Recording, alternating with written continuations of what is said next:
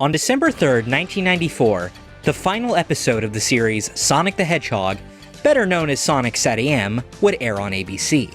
The show followed Sonic the Hedgehog and Sally Acorn, leaders of the Knothole Freedom Fighters, and it showed their battle against the evil dictator Dr. Robotnik. The show ran for 2 seasons and 26 episodes in total. The second season, in a shift from the episodic nature of Season 1, featured a season-long story arc, following Sonic and Co. searching for other groups of freedom fighters, finding out about the Deep Power Stones, and figuring out a way to stop Dr. Robotnik's most dastardly plan yet, the Doomsday Project. And in the final episode of the season, things seem to be wrapping up quite nicely. Sonic and Sally used the Power Stones to gain extraordinary powers, and they not only destroyed the Doomsday Project, but also got rid of Robotnik seemingly once and for all. While some plot threads were left hanging, it seemed to be a pretty satisfying conclusion to the show. Until the final scene happened.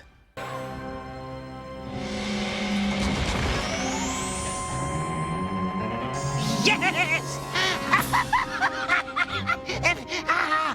The big round guy finally let Sonic defeat him. Well, don't celebrate too soon, Hedgehog. Now it's my turn.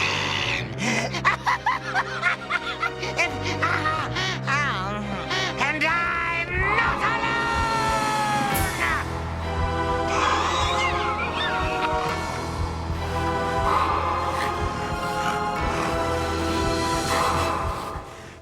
This cliffhanger would become legendary among the SatAM and cartoon fandom. What was Snively planning to do? How would the series continue now that Robotnik was seemingly gone?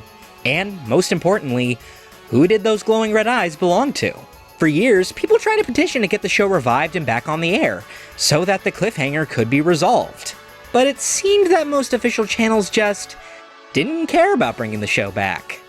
Well, that is, except for one person. In 1997, a prolific Sonic the Hedgehog fan, Alessandro Sanasi, was able to email one of the story editors of the show's second season, a man who went by the name of Ben Hurst. Ben surprisingly responded, giving Alessandro a brief thumbnail outline of his plans for the show's unmade third season. But little did people know, this would be only the first glimpse into Ben's many plans for the show's unmade conclusion, and into his long journey of trying to get SatAM back on the air.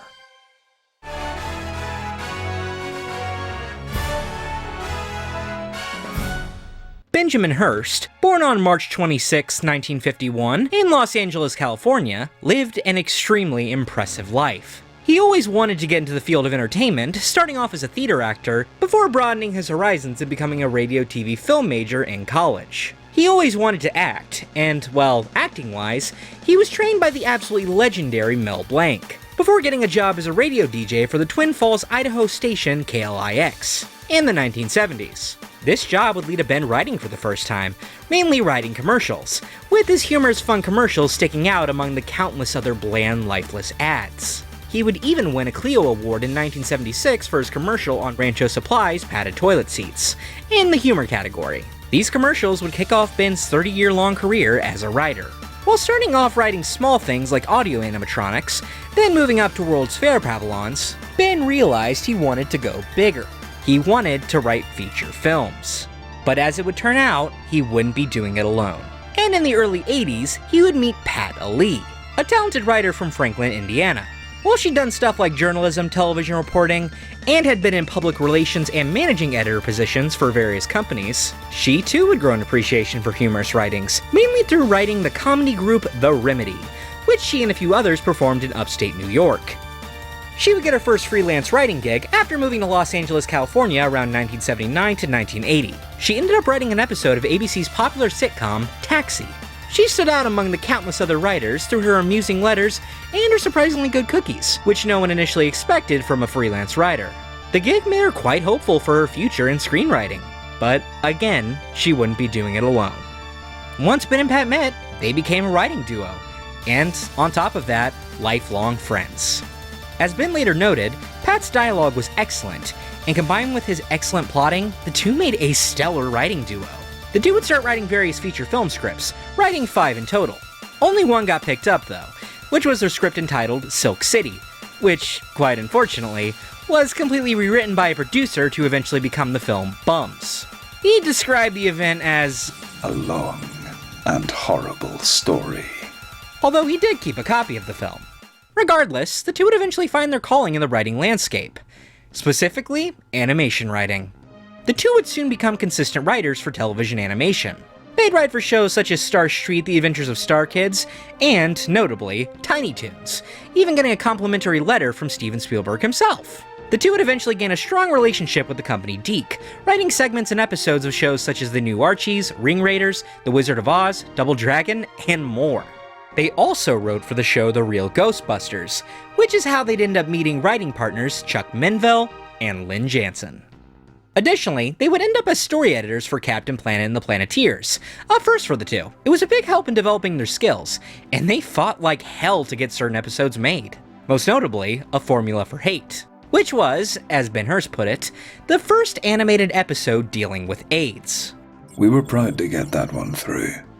Pat felt very strongly about it, and she kicked ass to get it done. Pat's a strong woman writer in a man's world. The two were very passionate about the shows they worked on, and they wouldn't just bow down to all network demands. They would fight to get their stories told. So, by 1992, things were going extremely well for the duo, when they were suddenly given a call to join a briefing on Deke's newest show, Adventures of Sonic the Hedgehog. Developed by father-son team Bruce and Reed Shelley, the show had been made in order to get a syndicated Sonic show airing concurrently with the prime time one. Although Adventures was made second, it was put into production first, and various writers were called up and briefed on the new show. This included Ben and Pat. They, along with all the other writers, never actually played the video game. They were simply shown a projection of 4 or so levels of the video game, and they weren't really sure how to feel about it. It didn't really connect with me. I think it was sort of hard for me to see what that was going to be. Ben didn't have a lot of knowledge of the gaming world. It wouldn't even be until 1995's Descent that he'd find a video game he especially loved playing, and the main reason he liked that game was due to being a pilot himself at one point. Despite not connecting with Sonic initially, they still tried to pitch premises, but didn't get a single one through. Pat and I submitted premise after premise to the father-son team that story-edited Adventures of Sonic the Hedgehog, but couldn't score a single episode. They felt we didn't have a feel for the series. In retrospect, I realize they were right. So, Ben and Pat didn't end up writing any episodes of the syndicated Sonic. But their journey with Sonic would not end there, because, as mentioned, there was another Sonic show being made at the time, one specifically being made for prime time. Ben didn't know it yet, but this primetime Sonic series would end up being his favorite show he'd ever work on.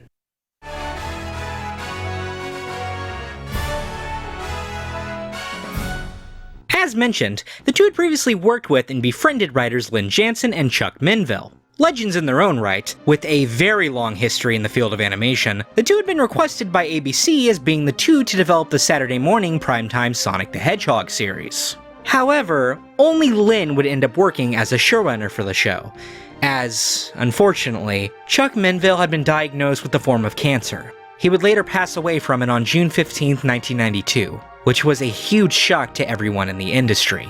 Still, Lynn would step up and become the showrunner for the new Sonic the Hedgehog cartoon. Len Johnson was a story editor in Season 1, and he created the Bible, so he was fed things to put into the series, some of which he included, some of which he ignored, thus the power rings, and other elements. From late 1991 to early 1993, lots of behind-the-scenes stuff would happen. To cut a long story short, by March to April of 1993, scripts for the first season proper started being written. As mentioned, Ben and Pat wouldn't get any story proposals for the syndicated series past Bruce and Reed Shelley, but they would end up writing an episode of the primetime Sonic series, specifically the first season episode, Sonic and Sally. Once the second season was properly greenlit, Lynn Jansen approached Ben and Pat with the possibility that the three of them together would become a team, all working as story editors for the show's second season. Together, they would map out SatAM's second season, and would write all 13 episodes. They wrote out backstories and lore for the world and characters, and created an ongoing story which acted like a film split into 13 episodes. Well, 11 episodes, as, unfortunately, ABC mandated that 2 episodes of the second season be dual episodes, focusing on the character of Antoine, with the episodes not progressing the plot at all and instead being mainly slapstick stuff. This meant that they had to do some quick shuffling to accommodate them. We'll be coming back to what was cut later on. I think ongoing stories work well, but they have to be carefully planned out in advance. The first season of SatAM wasn't planned at all. The second season was planned by me. Sorry for the immodesty on that last one, but I laid out the 11 episodes. Then, Len and Pat helped to modify and move things around to make them work better. 2 very long weeks. That's my talent. I'm able to see a big picture. I also created the background continuity, which was drastically different from Sega's, and Len Jansen defended our continuity against them, because he felt it was better. There was a question about continuity from Sega. They did have a continuity, but it was not clearly articulated and, pardon the expression, it didn't hang together. Even fantasy worlds have to make sense. In terms of the lore, he helped develop many concepts that would later be introduced in the second season. He developed a backstory to Mobius, which, again, I'll get back to later. He also made sure to bring elements from SatAM's first season back for the second season. The Destroyer, seen in the intro of the show, would later be brought back in Blast to the Past. The devices are only devices. The real reason I believe the series had such staying power is because of the characters and the overarching story that spanned 11 episodes in the same general format of a feature film, and that was how we planned it. The devices that Robotnik sought were those that fed his ego for greatness and power. Thus, the Power Stones. And it didn't hurt any that we got cancelled after leaving the series on a cliffhanger. Development of the second season wasn't entirely smooth. Aside from the already mentioned mandated Antoine episodes, there were quite a few arguments he and his team had with both Sega and ABC. Suits in my way? Yes. I had a 45-minute discussion with a suit at ABC who wanted to kill Rosie out of Blast, because they didn't want to add new characters. Rosie was the nanny who Sonic saved with a warning, thus changing the past against Sally's admonitions. So the gain for that episode was Rosie. But the exec at ABC was sure that the audience would have an expectation of seeing and hearing from Rosie again, and wanted me to remove her and that part of the storyline. But I wasn't letting go without a fight, and I cajoled, whined, pleaded, and finally just dug my feet in. Not to mention, along with the many design changes in Season 2, Rotor noticeably received quite a downgraded design. Rotor devolved because he was Lan's least favourite character. He went on about it a bit to the lead design artist, who listened intently, looking like he was going to argue, but simply shrugged and said, "Okay."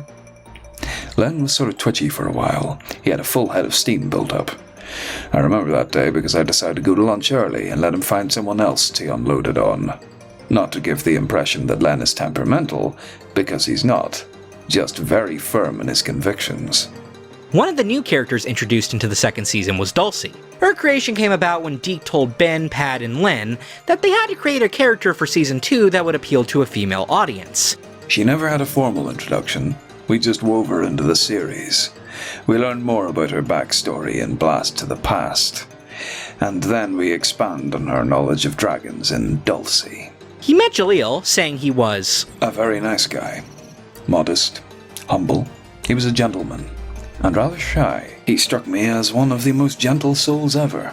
Kind, courteous to a fault, and modest, as well as soft-spoken, until the camera or microphone turned on. He was the consummate actor when the mic turned on. He embraced the spirit of Sonic. In regards to Jim Cummings and his portrayal of Robotnik, he stated, "I love doing evil characters." The voiceover artist was just that, an artist, and a consummate actor. Marlon Brando wasn't the head of the American Nazi Party, but his performance in Roots knocked it out of the park. I mean, he does pretty much everything. That's called talent. Although he and the other writers weren't present for the voice direction, which mainly fell on Jenny McSwain. Our pace was such that we couldn't attend the recording sessions. Lynn Jansen also put some rules in place for the show's second season, which all three kept in mind as they wrote the show. It took about 2 weeks to write an episode from start to finish. And in regards to any changes made to the scripts, they were mostly done by Len. Most of the changes in writing came from Len, and he was very respectful. He also shielded us from interference in the storylines, and defied the powers that be on numerous occasions. To Len, story was first, executives and other opinions were second. Actually, story first, character first, and other things second. Len was the highest paid story editor in the history of animation. He started his career at Hanna-Barbera bringing the Smurfs to the screen, and has, the respect of all. They had a ton of fun working on the show. Ben described Lynn as quite the prankster, and they often played pranks on one another while working on the show. A typical day on Sonic the Hedgehog was both intense and fun. Len is a prankster, and it wasn't unusual to hear the door open behind me.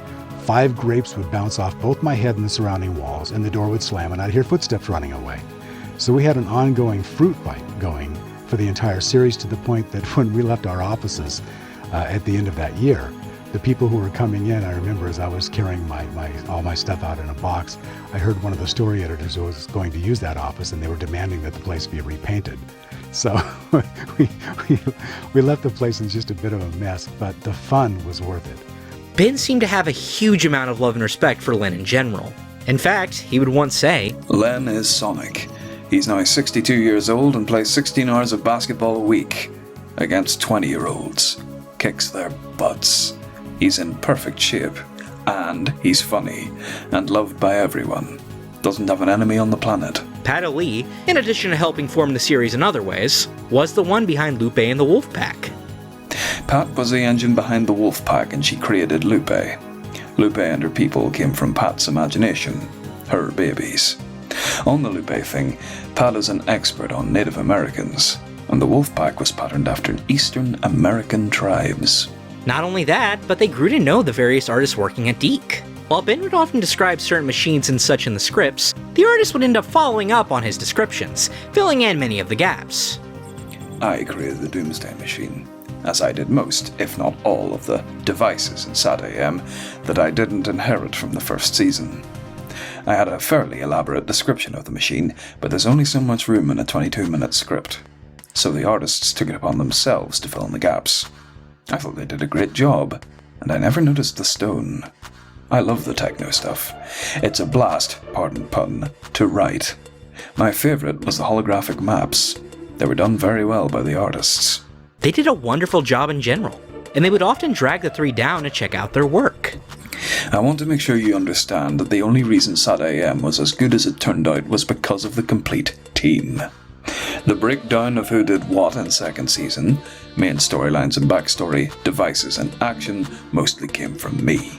Character development, mostly from Len and Pat. Dialogue, rough from me, polished by Pat and finally by Len. Typical production time of an episode was 2 weeks from start to finish. The director, Ron Myrick, was just the best. Len is a brilliant story editor. Pat writes brilliant dialogue. It was the only time I've had artists literally drag me from my office to show me artwork. Especially on Blast to the Past. The artists went nuts on Mobotropolis and the Floating Island. And it's the only show I've ever worked on where everyone gathered on Friday nights to watch the footage just in from overseas. Ben said that out of all the shows he worked on, his time working on Sonic was his favorite. And he looked back extremely fondly on the characters, world, and the time he spent developing it with his two friends. In regards to his favorite characters, he said, Sal is also one of my favorite characters, although Dulcie will always have a special place in my heart. The wonderful thing about Sal is that not only is she strong and capable, she can give as well as get in any exchange with Sonic. She doesn't order him around. She cajoles, persuades, convinces him to go in the direction she suggests. But as we all know, if Sonic really doesn't want to go in her direction, it just plain old ain't gonna happen. To me, what truly sets Sally aside is her heart. She is a deep well of compassion she draws from, and though Sonic is equally compassionate, Sally has the ability to articulate her heartfelt feelings, which Sonic will then agree to with a, "Yeah, that."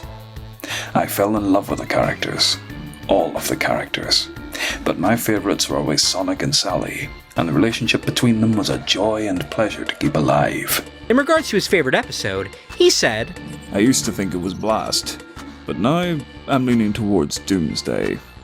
I love the interaction between Sonic and Sal, and the kiss at the end, and the "you'll always be my hero" line. In regards to who he loved writing the best, he said, Sonic and Sally, and I lean towards Sally. Sonic, as a fantasy and as a metaphor, resonated in my soul. Freedom fighters facing evil, and not stooping to the level of evil to defeat it.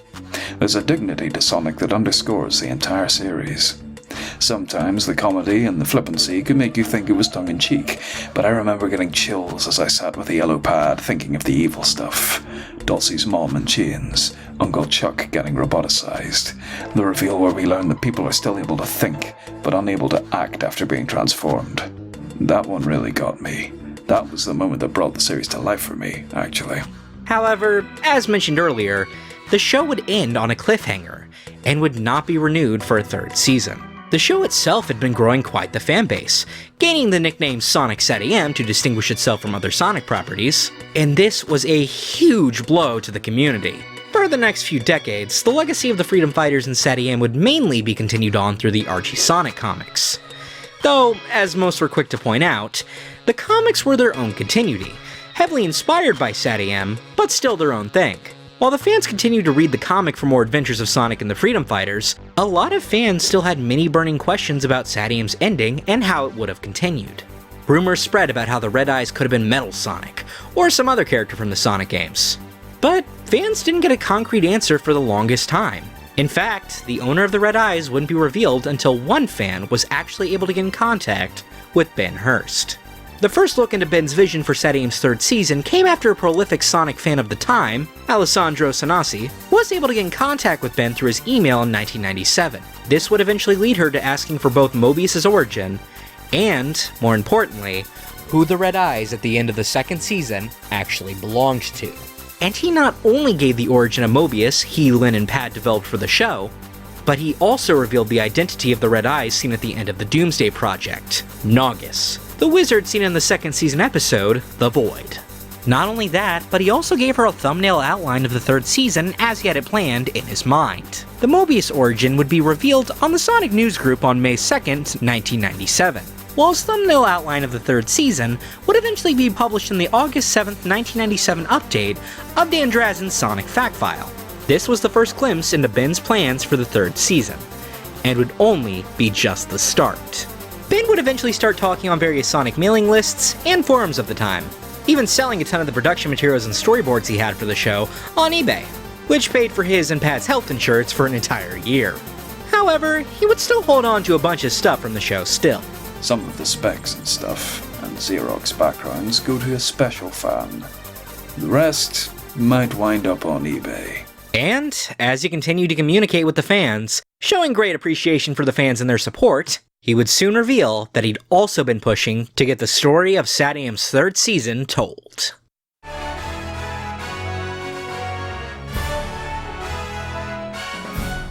During the late 1990s, a huge attempt was made by fans to get Sonic SatAM back on the air, as they wanted to see a conclusion to the show. And, well, in 1999, Deke would release a new Sonic show about a group of freedom fighters attempting to stop Robotnik, with Jaleel White reprising his role as Sonic. But, to the disappointment of many, this show was not the third season of SatAM, but instead, a completely new show, centered on Sonic, along with his long-lost siblings Manic and Sonia, forming a rock band rebellion trying to take down Robotnik while looking for their long-lost mother, Queen Alina.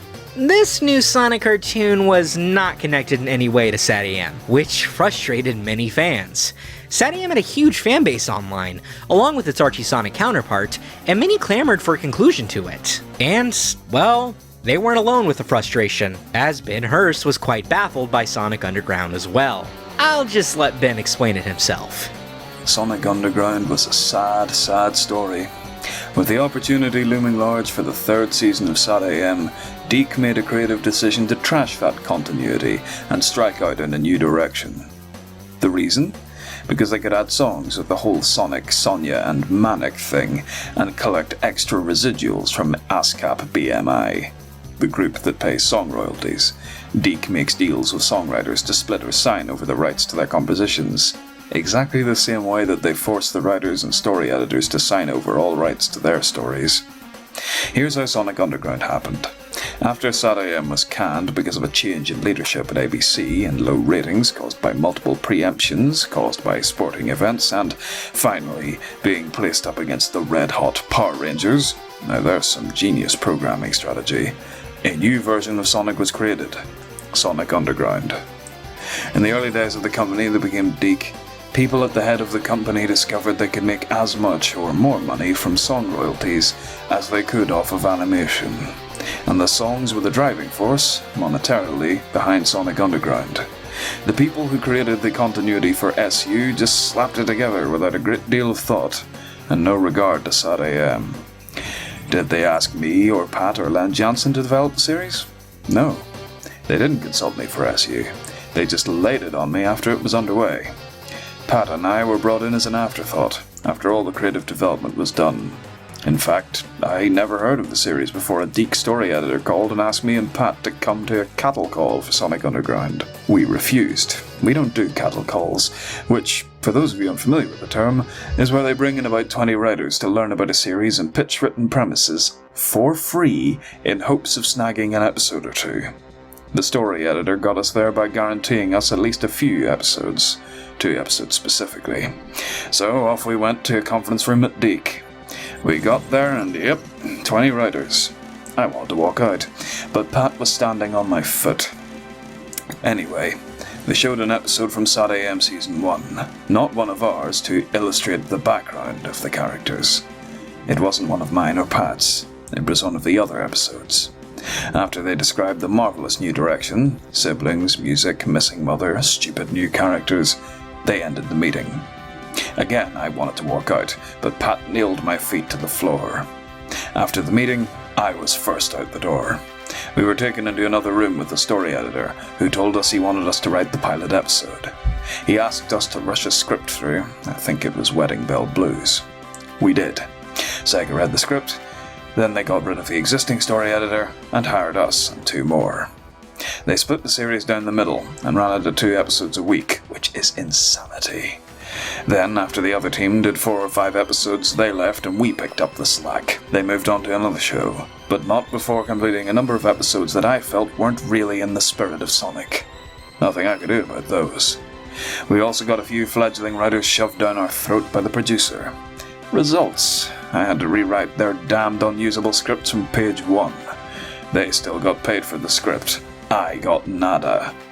I had no input into the new continuity, and it was an amazingly insane schedule. Thus the lack of quality in comparison to SatAM. SatAM had a typical production time for an episode of 2 weeks from start to finish. The reason the series is any good at all, not being humble here, is because Pat and I wrote a bunch of them, and Len Johnson wrote a bigger bunch. If you remember, he's the story editor from SatAM. The first I heard of it was after the development was already done. Without an effective union at Deke, people who objected to Underground strenuously were simply shown the door. We tried our best to get some lore going, but Deke was racing through a series of 2 episodes a week, an insane pace, and one calculated to maximize their profits. I did manage to do an origin story, but with the limited time, we were unable to tie everything together. But that whole disappearing mother and a song in each episode made it difficult. They really did interrupt the flow of the shows. The songs were particularly difficult to work in. They got songwriters in the LA area to sign off most of their ASCAP BMI royalties to Deke, and remain anonymous in the process. We did our best to embrace the spirit of the original SatAM characters, but we were not allowed to change the new vision of the show. We also endeavoured to include SatAM's original story editor, Len Johnson, to whom the credit must go for the high standards of that show. It was his insistence that there always be wins and losses for the good guys, and his development of the Sonic-Sally relationship that made the show sparkle. Len wrote about 8 of the episodes for Sonic Underground, and you can see the spirit of Sonic best in his scripts. We tried our best to incorporate as much of the humour, wit, action, and adventure of the original Sonic SatAM continuity as we could. I think we had mixed results, but there are certain episodes and sequences and dialogue exchanges that I am very proud of. Sonic Underground has its moments, but in truth, it can't measure up to SatAM. It wasn't as well thought out, and the pace of the production was too fast for proper reflection and good writing. As I rewatch some of the episodes, I'm surprised it's as good as it is. I'm fully aware it doesn't match up to SatAM, and I would give my eye teeth to be hired to do the SatAM 3rd season. So, yeah, instead of taking the opportunity to finish off the SatAM series, they instead decided to go in a completely new, and, quite arguably, inferior direction. Aside from the show reusing a ton of backgrounds and character designs from SatAM, the show was completely its own thing. The show did have its fans, no doubt, but it honestly felt like a slap in the face to SatAM fans. He wanted to conclude SatAM's story, and would later state how he wished he was brought onto the show first, as he would have made the show the long overdue 3rd season of SatAM. The continuity was in place when they brought us on board. If I had been brought in first, I would have made Sonic Underground Season 3 of SatAM. In fact, he had a specific idea in mind of how, if they had insisted on songs, the songs would be included in a less intrusive way, which we'll be coming back to later. So, yeah, as Ben summed it up quite nicely, SatAM was heaven. Sonic Underground was tough. That being said, this unfortunate situation wouldn't be the last time Ben would think about trying to revive and properly conclude SatAM. And although he had already started planning to get in talks with both Deke and Sega, he additionally would contact a comic publisher to see if he could get his story told in another medium.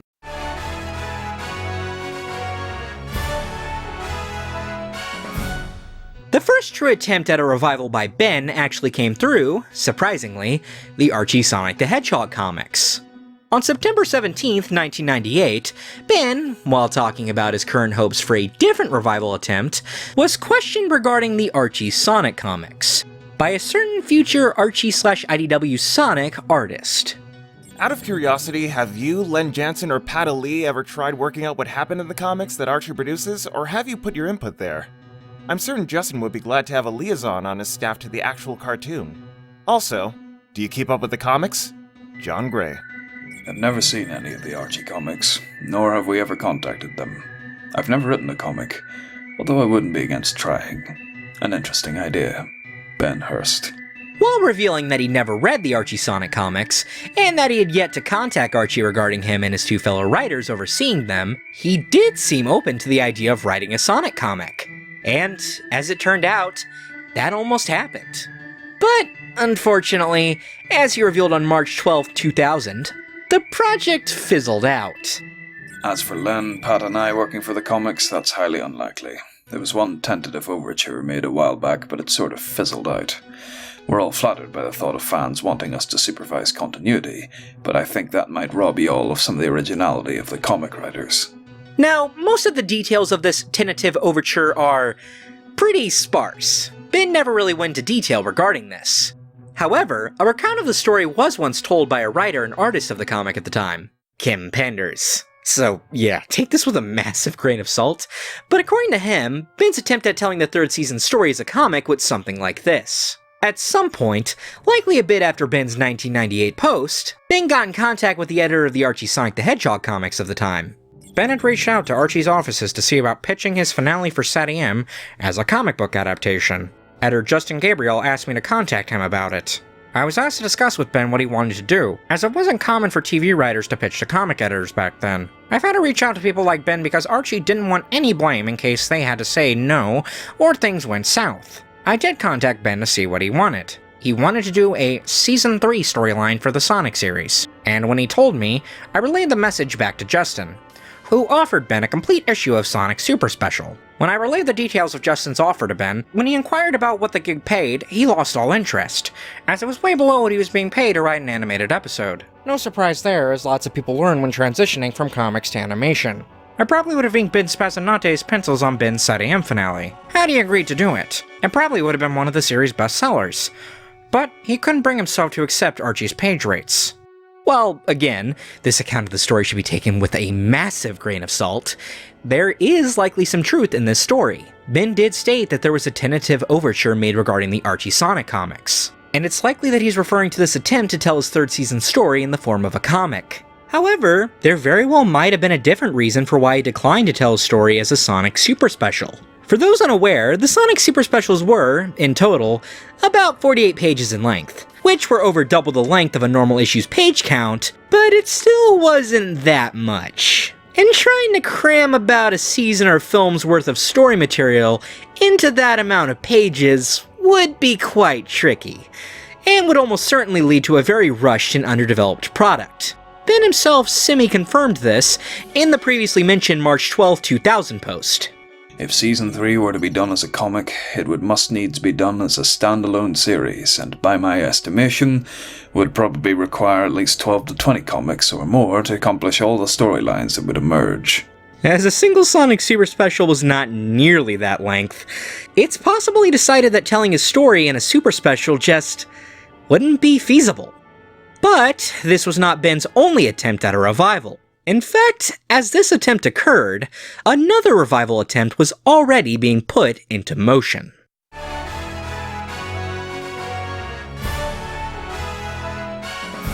While Ben had interacted with Sonic fans indirectly before, through emails with Alessandro, it wasn't until September 14th, 1998, where Ben directly posted on the alt.fan.sonic Hedgehog newsgroup. After talking about his love of the characters from the show, and his time working on it, he brought up his feelings and hopes for a third season. It tugs at my heart every time I hear people lamenting the lack of a third season of SatAM Sonic, because, like many of you, I became deeply involved in the lives and adventures of the Sonic characters. It is my dream to bring the storylines which were left unfinished in the second season to their final conclusion, and I'm working now to bring that to pass, though it is an uphill road and I'm afraid my chances of success are slim. Nonetheless, I'm going to give it my best shot. Believe me, I want to see this as much as all of those here who share the love of SatAM Sonic. I'm happy to see so many sharing a passion for a simple blue hedgehog. Ben would later clarify his plans in a post made on September 16th, 1998. I'm not trying to revive the SatAM series. I'm thinking more along the lines of a feature film, or a direct-to-video movie featuring the SatAM characters, and completing the storylines developed in the second season. On October 7th, 1999, Ben additionally stated how, I think it wouldn't be terribly hard to maintain the continuity and storyline. Believe me, my fingers are itching for the opportunity to do a third season, and a fourth. he was implying that he not only had a story in mind for a third season, but also some loose ideas for a fourth. And on November 9th, 1999, he once again mentioned how he was going to make another attempt to get the third season made. I'm going to make one last effort to get to the right people and plead my case. I have to admit that I don't have high hopes, but who knows? Stranger things have happened. While he wasn't making it clear what exactly he was planning to do to try to get the show back on the air, he did notice some of the rather impressive fan petitions. Originally, the most popular SatAM revival petition was hosted on the website Sonic Stuff by Sonin, who was actually in contact with Ben. Before the petition was unfortunately lost, due to him moving his site, he housed an impressive 1,000 signatures. In an email sent to Sonin on February 9th, 2000, he mentioned how he'd used the petition in his strategy to revive the series. Thanks for the support. I will definitely add the petitions to my strategy on doing the third season in some form. What I would actually like to do is just bring back the SatAM version for a couple more seasons. I was nowhere near finished with all the stories possible for my favorite characters. Nice site. And finally, on February 23rd, 2000, Ben sent an email to Mike Artie Reyes, the owner of the then popular Sonic website Team Artale. By the way, my first meeting in the process of SatAM Season 3, in whatever incarnation I can pull off, will be with an executive at Deke next Tuesday the 29th. I'm proposing 3 options. Pick the series up, do the third season as direct-to-video, a film. Wish me luck. Take care. Ben. Ben was firmly putting his best foot forward, and meeting up with the then executives of Deke Entertainment. Something quite exciting for the many SatAM fans. But how did it go? Well, he'd soon reveal how the meeting went down. As you've heard, I had a meeting at Deke to start the process towards possibly reawakening interest in a third season of Sonic in some incarnation. I met with Robbie London, one of my favourite people. It was an interesting conversation and helped to crystallize my thinking on how to proceed. I also learned a little about syndication and the thought processes of network executives in selecting shows to be produced. I'm proud of the efforts of many of the Sonic fans in assembling petitions to try to return SatAM to the air, and I will utilize these petitions as I continue my quest. But the problem with Sonic all along has been a lack of popularity. Though there is a core of steadfast fans, Sonic has never generated the big numbers that keep a show on the air. There are a number of reasons for this.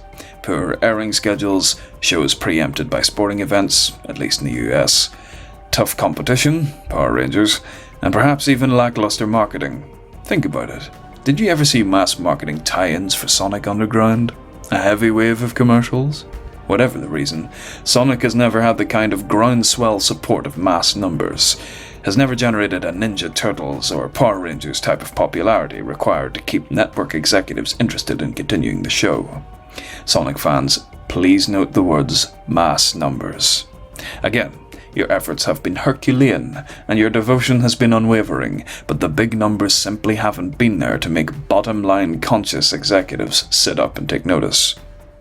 I know it sounds like I'm painting a bleak picture, but this is the reality of network television. I won't even go into the syndication market possibilities, because that area is flat right now, and syndicated shows are at an all-time low. So how can Sonic fans create a demand? I am of the mind that email is not as powerful as many think, and after talking with Mr. London, I was reminded of something I learned from my advertising days. The power of a good, old-fashioned letter. Corporate entities take letters more seriously than they do email. Fact of life. Letters can be felt, touched, and read. I think they seem more real to the powers that be, and I think they're more effective. I encourage fans who wish to see SatAM, the first 2 seasons, return to the airwaves to generate letters or petitions. Not to Deke or Sega, but to their local network affiliates, and to organizations such as Nick or the Cartoon Network. Why? Because they have the power to buy. They have the power to pass requests up the corporate ladder. Sega is fully aware of the fanbase, but they are the executive producers, creating a product to sell. Deke is a hired gun. Corporations come to them with funds and they produce the episodes. They only license a character or series if they feel they can sell it. They can't survive otherwise. I cannot emphasize enough the power of a letter. Petitions can be printed and mailed, along with letters from the fans demanding the return or more favorable airing of a show. I know that in the case of Sonic Underground, the show was aired at odd times and on sometimes unpredictable schedules. Letters could possibly change that, but again, those letters should be directed close to home, to the people who make the schedules, the local affiliates. And it wouldn't hurt to direct those letters to ABC or Disney either. Again, those are the people who make the decisions to air a show. At this time, it would be terribly difficult for me to pursue a third season of Sonic as a network show. Too many hurdles. The aforementioned lack of mass numbers and a general industry inertia are formidable arguments against that course of action. Direct-to-video is slightly more likely, but again, there has to be a known demand before any company will risk the many millions required to produce this kind of product. And it all starts close to home. If a demand were created by fans, this could possibly change. Perhaps the most viable option is an animated feature film. Mr. London gave me names at Sega to contact, and I am attempting to set up meetings with them to pursue this avenue. My marketing strategy is simple. A great film could create an awakened interest in Sonic, breathe new life into the existing produced series, and increase the marketing and merchandising possibilities for the little blue guy. So, that's my State of Sonic address. It ain't all pretty, but it's based on the realities of the business. I will continue to pursue this course until I either prevail or find every door closed. If fans wish to assist, I am of the mind that good old-fashioned letters would prove to be their most potent weapon. Onward and upward, Ben Hurst. So, yeah, While not the best of news, it certainly wasn't the worst news either. And with a few new contacts at Sega, this proved to be another possible avenue to pitch SatAM's return. But fans wouldn't get any details regarding this avenue. Aside from one message from a different Sonic writer, specifically one Ken Penders. In a chat from June 1st, 2000, Ken would say this: "Ben Hurst and I have been discussing such a project, and Ben is putting together a first draft." But aside from this, total silence. And that silence continued until a good 5 years later, when Ben finally revealed what went down. I did consult with Deke to see if there was a way to generate some enthusiasm for a feature film to be the third season of SatAM. I was given the name of a Sega executive and had a most pleasant conversation. She had to go to a meeting, but said she would like to talk to me more about the idea. The next day I got a call from Ken Penders, who had been alerted by his contact in their office that I was interested in getting a Sonic movie going. I generously offered to include him in the effort, and told him my strategy. Get Sega to become invested in the idea by hiring us to interview their creative game designers, executives, etc., and see if we could develop a storyline that would fulfill the third season, and simultaneously give them creative ideas to develop new games. A win-win situation. Then I called Sega back, but I was shocked when the exec lit into me, telling me, "People pay us to develop Sonic product, we don't pay them." Then she hung up on me. Obviously, Penders had related my strategy to them in a less than flattering way. Thanks for the knife, Ken. So I give up. Later, I was informed by friendly fans that Penders had written in his message board or some such place that Ben Hurst doesn't know how movies are made in Hollywood. Hey Ken, read Adventures in Screenwriting by William Goldman and get some humility. Then he dropped hints that he would be the writer for a big Sonic feature film. That was 3 years ago. So, if you're reading between the lines, you can see I don't hold out much hope for seeing the third season of SatAM. Or being the one who does if it happens. And that makes me sad. Because if it were to happen, those 13 episodes would sizzle. But this I've learned.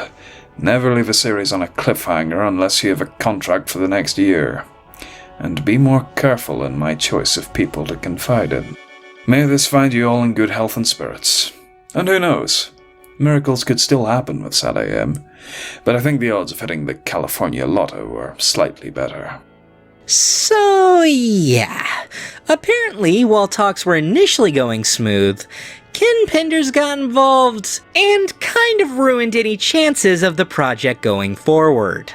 Now, to be at least a little bit fair to Ken, the Sonic film project he was involved with, Sonic Armageddon, was not connected to this at all. It was actually first pitched in 2003, 3 years after these events likely occurred. At least going by the post Ken made in an online chat room he did. Still, this apparent backstab was a huge blow to Ben's efforts to get SatAM revived, whether through a TV show, a direct-to-video release, or a film. As he would go on to mention, he believed it'd take a miracle to get SatAM revived.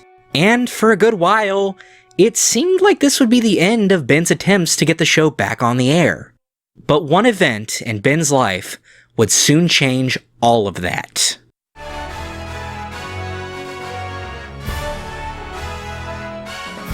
Despite the unfortunate end to Ben's prior attempt to revive SatAM, Ben hadn't lost all hope.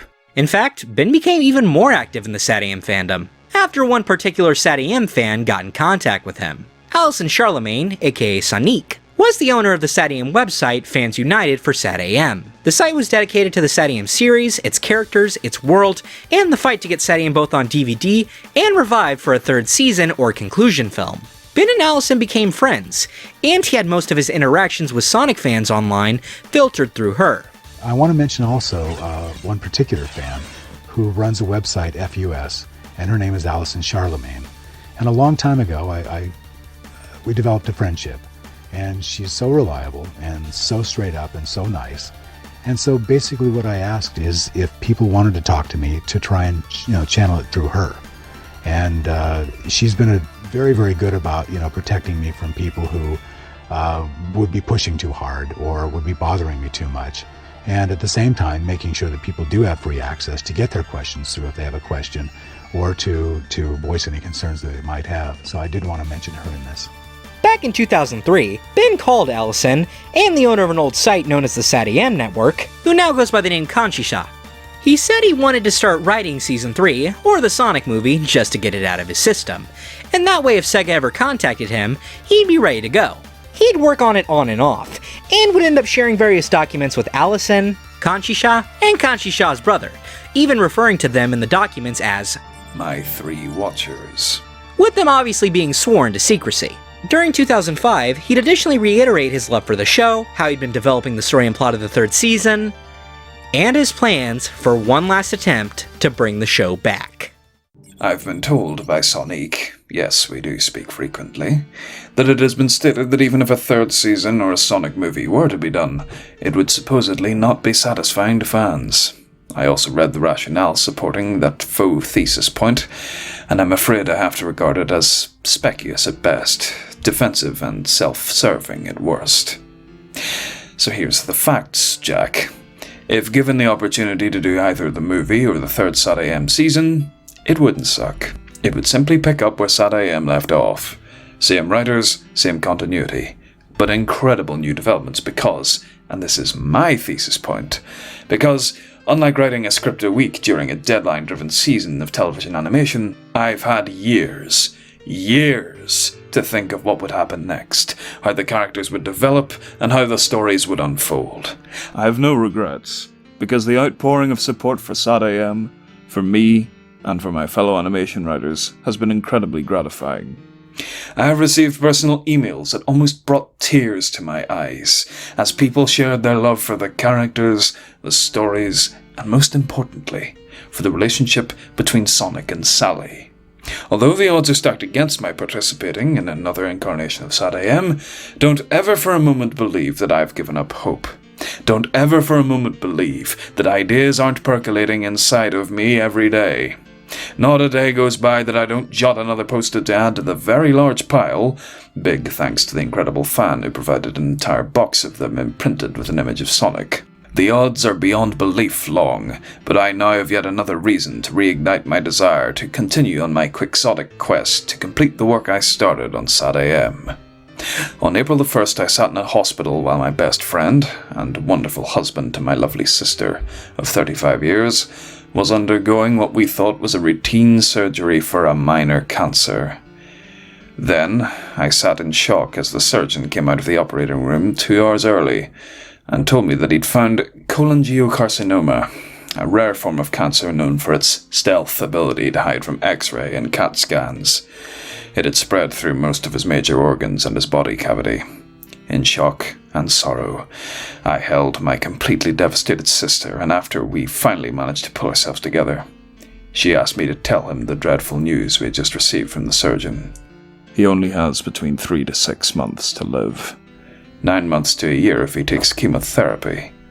Never in my life have I more wanted to hear someone say the words, "April Fools!" But on this particular April 1st, that was not to happen.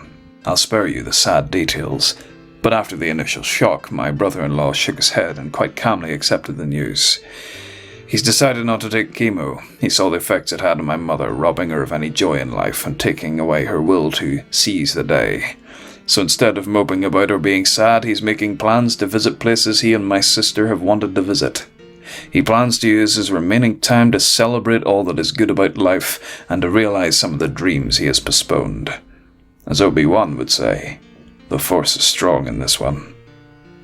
Today I had a long conversation with him, filled with laughter and memories, including how he, my sister and their children have always been big fans of the shows we've written on, particularly Captain Planet and Sonic. He knows all about the Sonic saga and all the personal storylines surrounding it. And as we were discussing it, he reminded me that none of us know how long we will be allowed to stay here on Earth. Then he put his hand on my shoulder and informed me, "You gotta follow your dreams." And, with a grin, he added, "Juice and jam time for both of us." So, I've decided that after I finish the 2 projects I'm working on, I'm going to explore the possibilities of pursuing the 3rd season or the movie one last time. If I succeed, then good. If I fail, then I give it my all. 3 fans, sworn to secrecy, know there is a 3rd option, and that will be revealed if all else fails.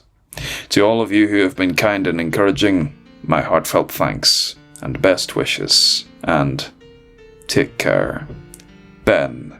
After finishing his next few projects, he would start properly working on his next attempt at reviving SatAM. So, what was his plan? Well, his last plan to get the SatAM movie out of the ground was to get a completely separate movie made, and then use his name on that movie to pitch the SatAM movie. For the story, he enlisted the help of his old friend Len Jansen. They spent a lot of time and effort working on the script, and on July 1st, 2005, the two had completed the first draft of a comedy film known as The Gift. So, what exactly was The Gift? Well, the film was a comedy, loosely based on the real-life story of Joseph Pujol, aka Le Pitoman. Joseph was a French entertainer, made famous by his unique talent. You see, while many pride themselves as artists, musicians, or actors, Le Pitoman was a proud flatulist, meaning he was a professional farter. He was famous for his remarkable control of his abdominal muscles, which seemingly enabled him to fart at will. As Ben put it, He was French, and played the Moulin Rouge for 10 years to sold-out houses. Kings would disguise themselves to sneak into his shows. Nurses were posted during each performance to catch women who fainted from laughter.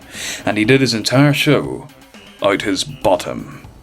He was a freak of nature, and could both inhale and exhale through his posterior, and could do everything from a woman's scream, to a baby cry, to a French horn. When the dramatic actress Sarah Barnhart visited Paris, her show was empty. No one could compete with him. So, we had the thought, what if another person like him were born in present day? while sadly no copies of the script have resurfaced online, we do have a few faint details on the script. The script featured a few in-jokes to his prior works. Sonic-related ones included the lead character at a key moment saying, "way past cool," and he also tried to work in a reference to chili dogs. The main character had a sister that was a lot like Sally, and at the end of the movie, his wife had a kid who had inherited his ability. According to Allison, the script was actually really good, and the script would end up being finished sometime before August 27th, 2006. But sadly, this attempt also would not succeed. While the script was finished and put out on the market, Ben would later state, I don't think it'll ever sell. It would be a monster hit, but Hollywood execs are scared to death of it. and, as Ben would state during a Sage interview of 2006, this attempt Died on the vine, and is not worthy of mention now. However, despite this, Ben had not fully given up hope completely. According to Ben, he at various points in times considered releasing his story for the 3rd season online. In a September 16, 1998 post, he stated, If I can't get anything moving on this project, I will reveal them or possibly write them into a profic, as it was called by someone. In Ben's July 3, 2005 Sage interview, he would additionally state that, If, in 2 years, I have not been able to execute a further incarnation of Sonic, I'll write up the 3rd season in narrative form, and send it out to y'all. However, when asked about this in the following August 27, 2006 Sage interview, he amended this statement with, I think my phrasing was might. Pardon me for fudging, but until all hope is extinguished, I'll not spill the beans on the who knows if it will happen 3rd season. There's always hope. And according to Mike Spooner, better known as Porpoise Muffins, the owner of the website Saturday Morning Sonic, Ben actually had one last idea regarding trying to get SatAM revived. I had sent him an email with some thoughts about the possibility for a SatAM revival, and I was surprised when he asked me to give him a call back. He had this deep, commanding voice. He was a voiceover artist, but he was also very kind and interested in what I had to say. For my part, I was starstruck the whole time and probably sounded like an idiot. He talked about possibly getting a group of fans together to do a presentation for Sega. But it didn't work out.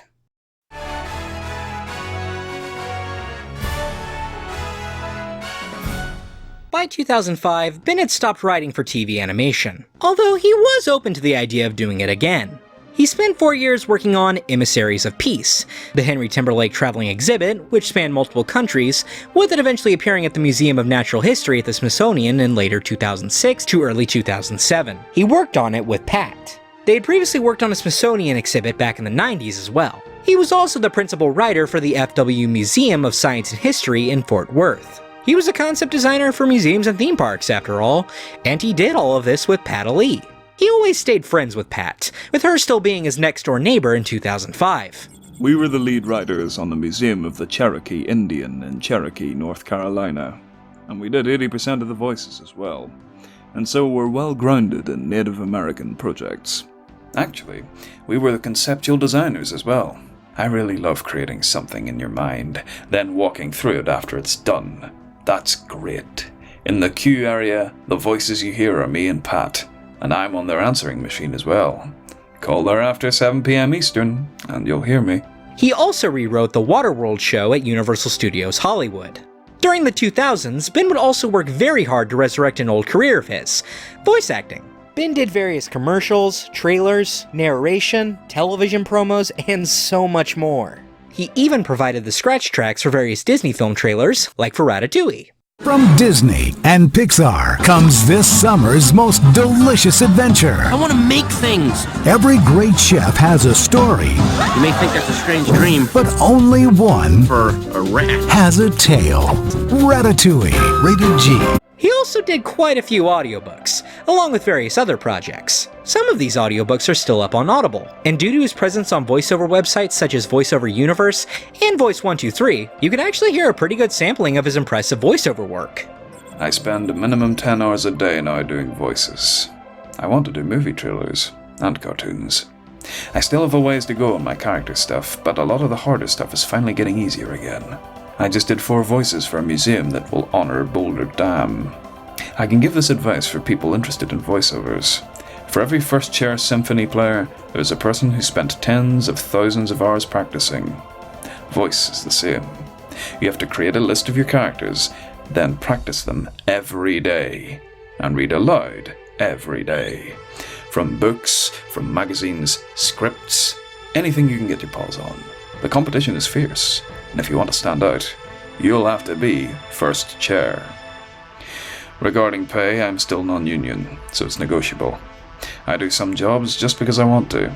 I've done 3 movie trailers, 2 for nominal fees, 1 for free. It's good practice. And I want the exposure. Movie trailers pay an astronomical rate if you get into the groove. Don LaFontaine makes between 11 and 14 million a year. Him and Pat would do one more notable writing job, writing the 2007 version of the play Unto These Hills, an outdoor historical drama based on the history of the Cherokee of the Eastern region. While the original script, written by Kermit Hunter, was widely praised, it started to receive some major rewrites in the mid-2000s to make it more historically accurate. The first rewrite in 2006 received mixed results, so Ben and Pat were hired to rewrite it once again for the 2007 production, Unto These Hills, a retelling, with additional rewrites being made by Linda West in 2008. But through all of this, Ben never lost hope for a SatAM conclusion. As mentioned, he never released his full plans for the 3rd season because he always held out hope that it could still happen. But, sadly, Ben's journey to try and finish the SatAM story would soon come to an abrupt end.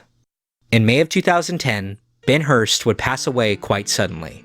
It was believed he passed out and fell into a diabetic coma. He died peacefully in his sleep. Allison, Ben's good friend, would relay the news of Ben's passing she had received from Pat Ali to the SatAM community in September of 2010. Ben Hurst was a great man, a friend of many, and extremely talented. As Allison put it, "He was such a lively man. He lived such a full life, and he told me numerous times that if he died tomorrow, he'd be fine with that. I'm truly grateful for having known such a great man. I'm sure he's happy wherever he is now.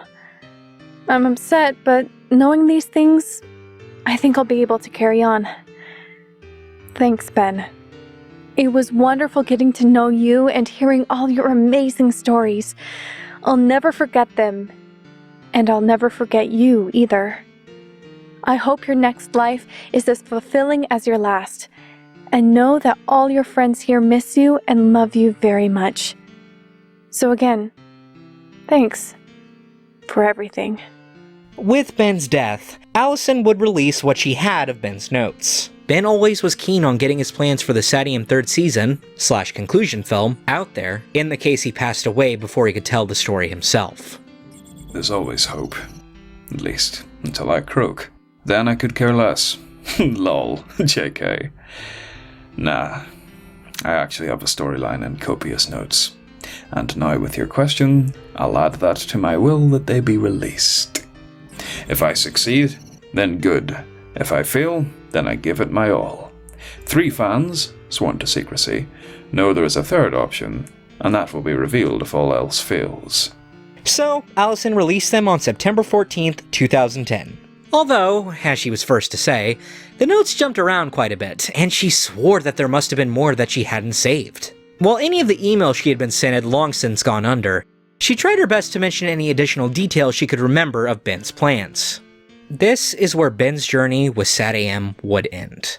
Although it wouldn't be the end of the fight to tell the story of the third season. As far back as the late 90s and early 2000s, various fans worked on finding ways to bring what they knew of Ben's vision to life. There were a few fanfics attempting to adapt his plans, but the most notable attempt to tell Ben's story was through the original incarnation of Fuss's webcomic, Season 3. It stuck pretty closely to Ben's loose thumbnail outline for the third season he released back in 1998. But as they only had Ben's thumbnail outline to work with, it went in its own direction pretty quickly, with its final issue ending on a cliffhanger regarding Sonic's parents. The Season 3 webcomic would later be rebooted in 2009. However, while, again, it did loosely follow what was known of Ben's ideas at the time, it should be noted that the webcomic started before most of Ben's notes were released. As many plot lines were already being set in motion, it meant that there ended up being quite a few differences from Ben's plans, notably featuring a completely different origin for Nicole.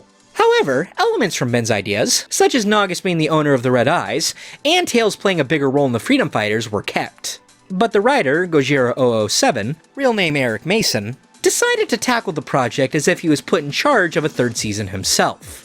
Speaking for myself, while I've done my best to honor Mr. Hurst's work, I conceived of Season 3 as if I had been the one charged with making it in the first place, rather than trying to interpret what Ben might have done given the chance. I just felt that was the best way to ensure I told the best story I could tell, if that makes any sense. However, despite Season 3 still being quite different from Ben's notes, Gojira007 has stated that he's keeping them in mind as he continues to write for Season 3. It's not quite true that the full story was wholly written before the rest of Ben's notes came to light, if only because, at the time, I was literally just starting out as a scriptwriter of any kind, and thus didn't necessarily think to plan that far ahead. But certain plot threads and ideas, such as our different origin for Nicole, had indeed been set into motion by the time the notes came to light. That said, we did make it a point to incorporate what info was already publicly available about Hurst's plans for a third season into account right from the start. My original draft of the first issue script had it that Metal Sonic was Snively's new partner, but Chief wanted us to stick to Hurst's idea that Nagus was the new enemy, and I agreed. Likewise, we knew Hurst was hoping for Tails to become a more actively involved member of the Freedom Fighters, so I made it a point of not only including that detail early on in the comic, but also seeding further ideas on how to expand that concept further down the line. As to how our knowledge of Hurst's more detailed notes affects the writing of the comic at present, that's a bit trickier to get into for spoiler reasons. But I will say it is definitely on my mind as I consider how exactly I want the story to branch out deeper into things we go. Hurst's ideas provide a lot of really interesting potential, and I do think it'd be a shame to leave it untapped. The current revival project, Season 3 Animated, will be following the webcomic's plot and ideas as well, and it looks pretty stellar. They even plan to pitch the pilot to Sega, as they hope to make it official.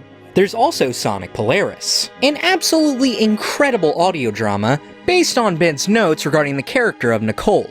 Additionally, Ian Flynn was asked if he would ever write an official IDW comic inclusion to the show, and, well, this was his response. Do you think Sega would ever let IDW finish SatAM in comic book form with you as the writer? That cliffhanger ending still stinks. I don't... don't think so. Like 99% sure, no. Number one, that's a very niche market. You grew up with it. I grew up with it. There's a lot of people who would want to see it, but we are a very small audience. We're old. In the scheme of things. We're old now, guys. We're old. It's been 30 years. So yeah.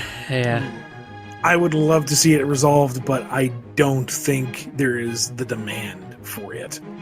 And two, Sega really doesn't like to reference its old spin-off material. Nope. So I don't think it's a market. I don't think there's an audience to justify it.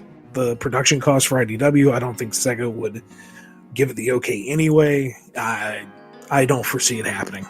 Yeah, no. Probably. That, and since the late Ben Hurst put his plans out there, I wouldn't be totally comfortable doing it because I either need to follow his framework, which heaven forbid if any of that got rejected, or do something entirely my own, in which case it feels like I'm deliberately ignoring his intentions. It's a no-win situation. Yeah. It's tough. So, yeah, Ian feels that it likely wouldn't happen for numerous reasons, with having to live up to Ben's plans being something he isn't comfortable with. He also says that with the ongoing Season 3 project, he doesn't really want to step on their toes. It should also be noted that, in recent years, a surprising revelation has been made about the show's original cliffhanger. As mentioned, the red eyes seen at the end of SatAM's second season were said to be Naugus, according to Ben Hurst. However, Ron Myrick, the director of SatAM's second season, revealed that that wasn't the original intention. In fact, the red eyes didn't appear in the original script, nor in the storyboards for the episode. The red eyes in the "I'm not alone" line was actually the creation of the second season's director, Ron Myrick. Yes, that ending was an add-on. At that time, we didn't know if there was going to be a third season, so I wanted to tease the audience with the possibility that Sonic's next and greatest opponent, Knuckles, was about to arrive. I won't get into a back and forth of differing opinions with Ben. I highly respect his point of view, and enjoyed working with him and the other writers, Pat and Lynn. I was not aware of his or their plans for the character of Naugus. It is possible that the writing team was working on the story arc for Season 3. Since it never happened, I was not privy to those meetings. As far as the final outcome of a show, the writers are rarely involved in the process of post-production. The writing team was long gone by the time we were in post. I took my lead from the Sega executive that we worked with. He encouraged me to find a way to tease the audience with the coming of Knuckles. That is why there is no script for that ending. If you look at the picture, you will notice that the eyes are the same as Sonic's. That's because I used a close-up of Sonic and took all of the color out of it and added a red glow to his eyes. It didn't really matter to me what Season 3 might have been since it never happened.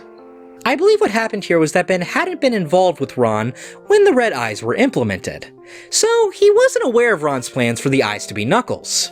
As Ben and his team were already making plans for the show's third season, and had Naugus as the new big bad, he decided to simply make the red eyes Naugus, as that fit with the plans they had in mind. And it wouldn't matter all too much anyway, since, as I'll soon talk about, Knuckles was going to be featured in Season 3 either way. SatAM's future is looking bright. With Season 3 animated, it seems we'll finally be getting the third season of the show, and a proper conclusion to the classic series.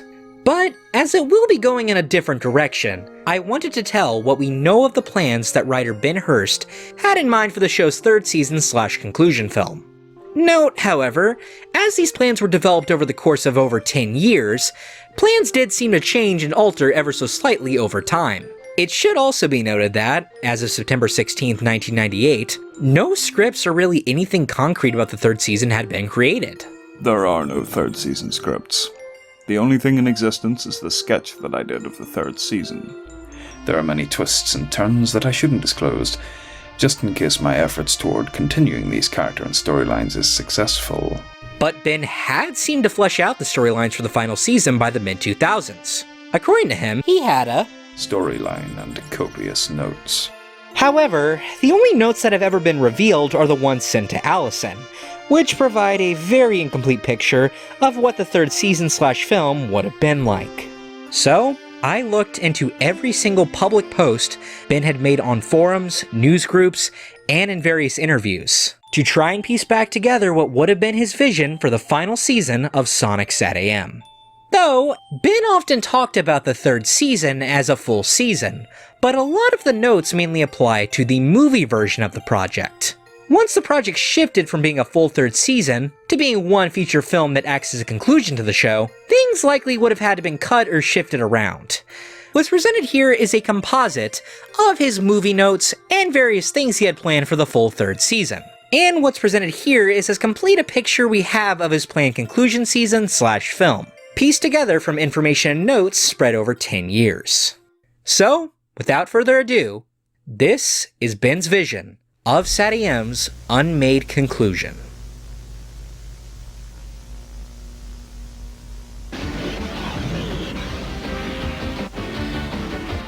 Look out when he storms through. Sonic the Hedgehog. Don't doubt what he can be. Sonic the Hedgehog. Sonic, he can really move. Sonic, he's got an attitude. Sonic, he's the fastest thing alive. He's the fastest thing alive. He's the fastest thing alive.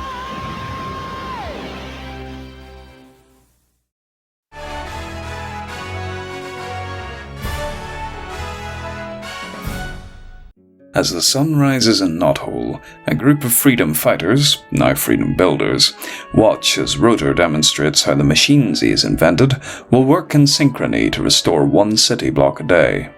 Mogotropolis will live again. They all move into an indoor amphitheater where Sally, with Nicole docked with the AB system, projects three-dimensional city block environments into the center of the room. One freedom builder, a new character, to be decided, shh, don't tell anyone, but he's going to be a rival for Sally's affection, suggests changes, and as he does, the transparent projections reshape themselves. Everyone quickly agrees to the modified design, and Sally singles the handsome freedom builder out for praise. She announces the plan. Rotor will lead the airlift of his machines, using confiscated cargo ships, into the city after breakfast.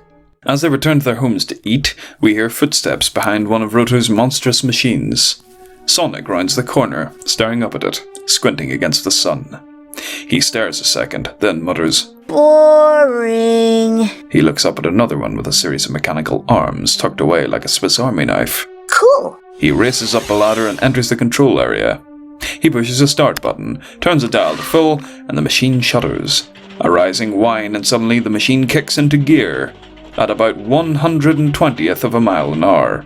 Close on Sonic's disgusted face as he mutters, Boring. He shuts the machine down and races down the ladder.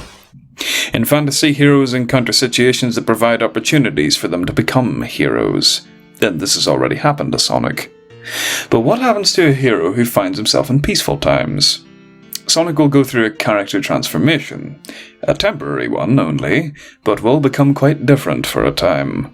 I think it's time to let Sonic grow a little. His heroics will still rest on his ability to act fast in a crisis, and for the most part, to instinctively do the right thing because his heart really is pure.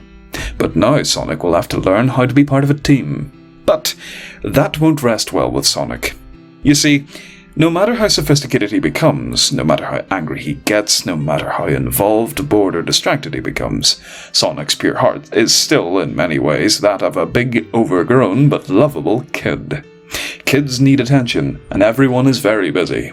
So Sonic will wind up developing new friendships, deepening existing friendships, and generally make a nuisance of himself until some action comes his way. One of his new friends, and confidant, will be Nicole. Sonic walks into the amphitheater where Nicole still projects the city block. Sonic is underwhelmed and sarcastically praises it. Oh, how beautiful. Nicole asks, How about this one, Sonic? She projects a beautiful fountain like seen in Blast from the past. Sonic clutches both hands to his breath in mock admiration. It's so beautiful. Then he quickly shakes his head and adds, And boring. Sonic goes on a rant. Monday, planning meetings. Boring. Tuesday, review the planning meetings. Look at boring pictures. Wednesday, boring. Thursday, boring. Friday, boring. Every day is boring. Nicole asks, But isn't this what you were fighting for, Sonic? A time to rebuild? to live in peace? He tells her. Yeah, you sound like Sal. Nicole replies. We spend a lot of time together. Sonic zips around the room, comes to a twanging halt in front of Nicole. So what do I do? Disgusted, he gestures towards the machines outside, then the projections of the fountain. I can't do that. He revs up to leave. Heck with it, I'm out of here. Wait, Sonic. Implores Nicole. Sonic unrevs, stares at Nicole, tapping his foot impatiently. What? You are filled with kinetic energy, Sonic. Can what? Speak English. After she explains that it's stored energy and encourages him to get a power ring and go on a speed blast, Sonic finds himself becoming curious about Nicole. Sonic asks what Nicole thinks about when she's not tied up with an assigned task. She tells him that she doesn't think at all. I store, process, and extrapolate data. With crossed arms, Sonic taps his foot impatiently and demands, Where are your eyes? She tells him she doesn't have eyes. Sonic makes an anguished sound. Then, like a person talking to someone very slow, he asks, How do you see me? She replies, I can use any viewing device within range. Sonic explodes. Choose one! Nicole calmly tells him, Directly behind the console. The one that doesn't glow. Sonic zips up and sticks his face close. Fisheye angle from Nicole's POV as he firmly exclaims, Speak English! Almost adopting a HAL attitude, Nicole informs him, That's precisely what I'm doing. Sonic blasts, Then how come I don't always understand you? Because you don't know all the words. No, Biggie. Use words I know. That was pretty convoluted, but it's a piece that I'll rework soon into something that serves as the kickoff scene of Nicole's story arc. Now, back to Snively and his exploration of Robotnik's secrets. It appears as though I'm leaping about a bit. It's because I am. Snively continues to go through Robotnik's secrets, and he finds a portable unit identical to Nicole, Robotnik made 2, and discovers it is linked to a satellite containing a huge computer. When Snively powers up the handheld, this triggers the program that lets the full Nicole surface. She stops the computer circuitry from responding to Snively. He shrugs. It doesn't work. He tosses the portable unit aside. After he leaves, we hear Nicole execute a destroy command.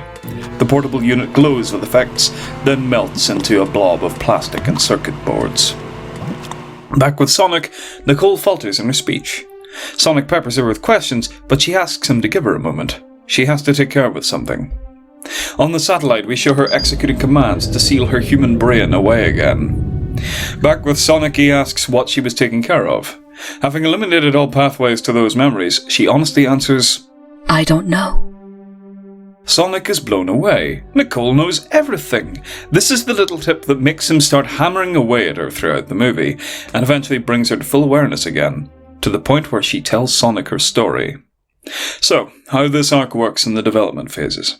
An earlier scene where Sonic goes looking for items for Rotor's latest contraption. He has a page with 4 items pictured. Sonic persuades Sally to let him use Nicole on his search. Sally reluctantly agrees and off they go. He gets to a rubble-strewn city area and plops Nicole on a rock. He asks her a question and blurs out of shot for a millisecond, then blurs back holding one of the items, which he places nearby. He arrives in time for Nicole's answer.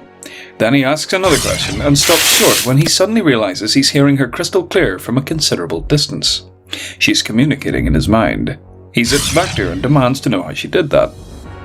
A long pause. Finally, she says, My programming does not allow me to tell you. Sonic.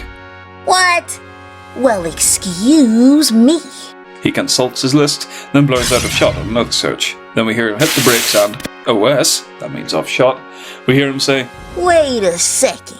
A millisecond later he's back, putting his face in one of Nicole's monitors. Who programmed you?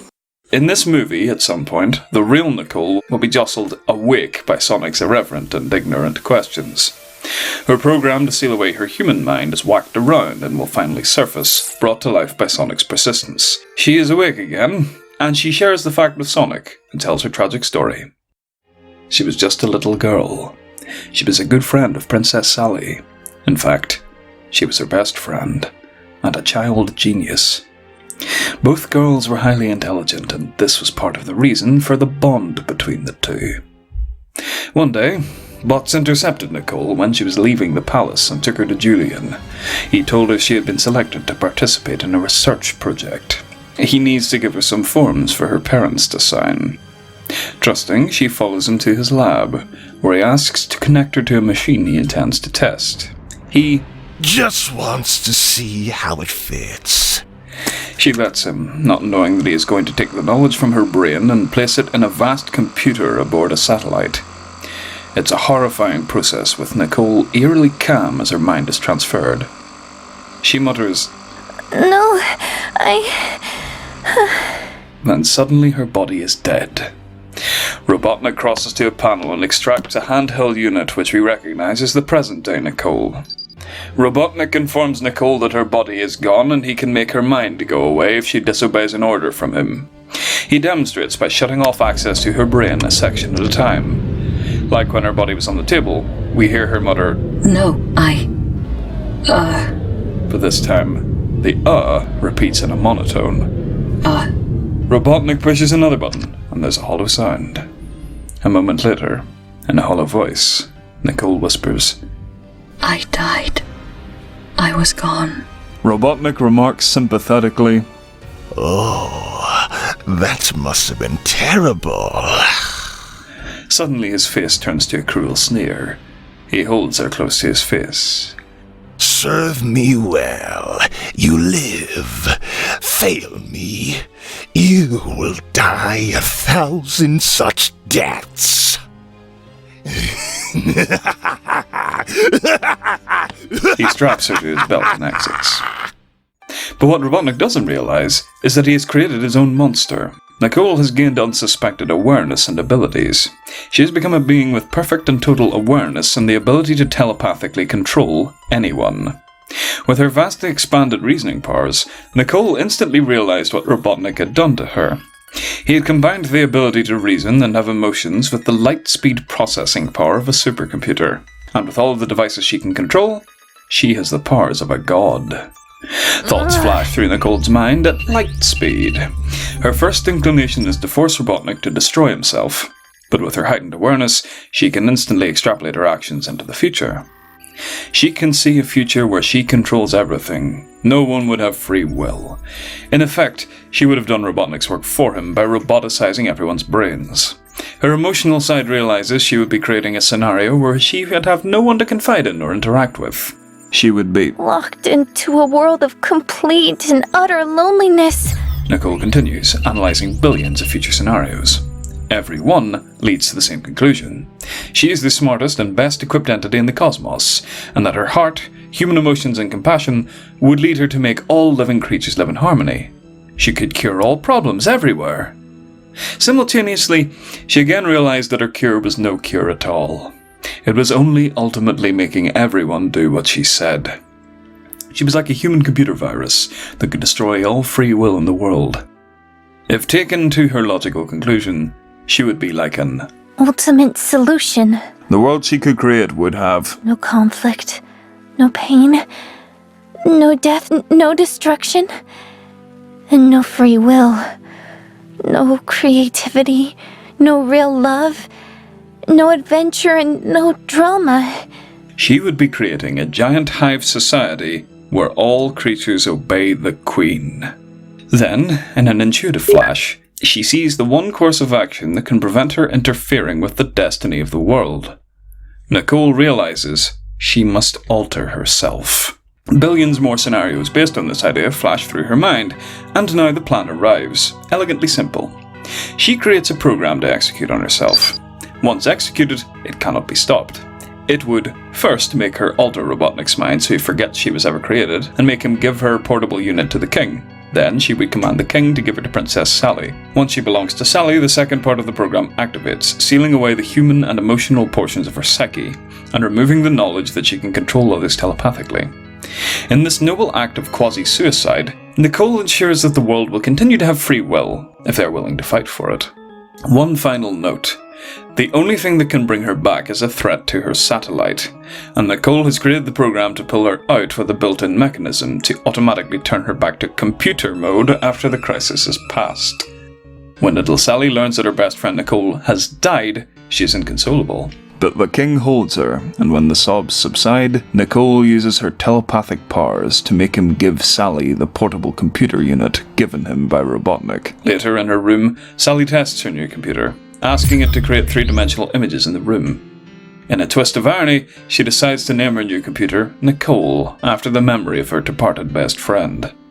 She sets the computer down and leaves the room.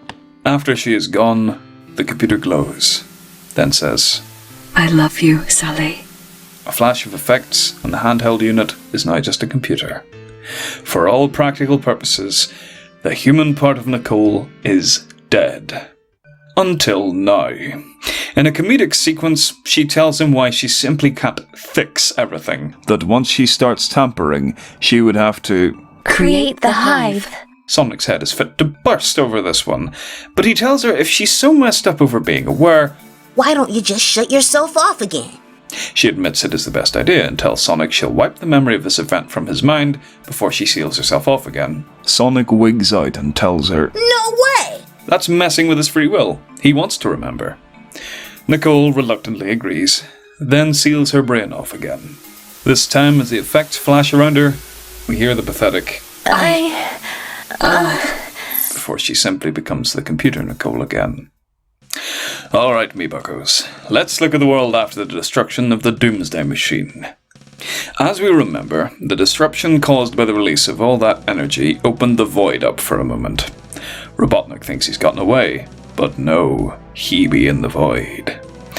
At the moment the Doomsday Machine was destroyed, Naugus was able to exploit the energies released by the destruction, and caused by the use of the combined Power Stones created an opportunity for him to seize Robot Breath and pull him into the void. The big round guy was going to find out the meaning of turning the tables, and it was going to be lots of fun thinking up wonderful things for Naugus to do to him. He's the new floor show for Naugus. The wizard will fill many days making up the new ways to rearrange Robotnik. Those eyes are Naugus peering out at the world as the void slowly closes, and the laugh is his anticipation of the big fun to come. The scenes with him and Naugus were going to be highly entertaining. Snively takes over and becomes quite full of himself. He easily assembles an armada of old regular bots stockpiled in remote hangars. Snively knows where all the skeletons are buried, especially the biggest skeleton of them all, Robotnik's self-recorded journal. We listen as Robotnik's horrid whispers recount terrible things he has both done and enjoyed. Now we're starting to learn more about Robotnik. He's not just bad, he's disgustingly bad. He's nasty and sadistic. This was foreshadowed when he tortured Dulcie's mom. The more Snively listens, the more he wants to be big and bad like Robotnik. I was planning on having a little fun with Snively. Here's what I like. He's not stupid. He's just been forced to watch his every step. But now, he can be himself. In Season 2, we were building his resentment, and in Season 3, there was going to be a dramatic transformation. When the Freedom Fighters start taking over and repairing sections of Robotropolis, Snively uses secret passageways and remote bunkers to watch and plot the demise of Knothole and all its residents. The twist? Snively's a better general than Robotnik. He sets better traps, he plays with three-dimensional designs like Sally, and studies surveillance footage of Sonic battles. He's a real player. Snively becomes supreme. For a while. Note, this is a detail of Ben's plans that actually changed over the years to some degree. Since in the original thumbnail outline for the season, Snively was supposed to have lacked the cunning that Robotnik had. Snively takes over Robotropolis during the first 2 episodes. He battles the Freedom Fighters. Without Robotnik's cunning, however, he finds himself on the brink of losing everything. Meanwhile, Naugus is having a delightful time torturing Robotnik while plotting his escape. He's discovered the crystal magic which will enable him to leave the void without turning to crystal. But Robotnik has found a means to communicate with Snively, telling the little guy his location. Snively tells Robotnik where he can get off. But then, as the Freedom Fighters are on the brink of taking over Robotropolis, Snively opens the void, releasing Robotnik, and accidentally releasing Naugus and Sally's father. Now Naugus is in charge, Robotnik is a Snively, i.e. lackey, and Snively becomes a nobody.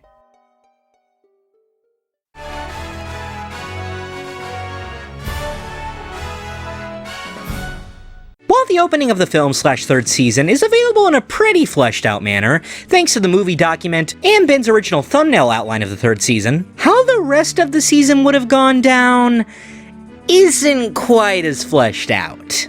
Ben's film document stops quite abruptly, and the thumbnail summary of the third season is only about 2 paragraphs long. This is likely due to him not wanting to reveal too many spoilers. But due to this, details on how the rest of the film/season would have played out are much more sparse. However, Ben did release various details regarding the content of the third season in various online posts and interviews. Additionally, Ben's good friend and one of the 3 people he sent his notes to, Allison Charlemagne, recalls quite a few details Ben shared with her, which I've used to help fill in some of the gaps. While Robotnik effectively became Naugus' Snively/lackey, Ben stated that over the course of the season, Robotnik would plot to regain his power. Robotnik plots to regain his power. And while Snively would indeed become a nobody, he would also make quite the bold move. Snively defects to the Freedom Fighters.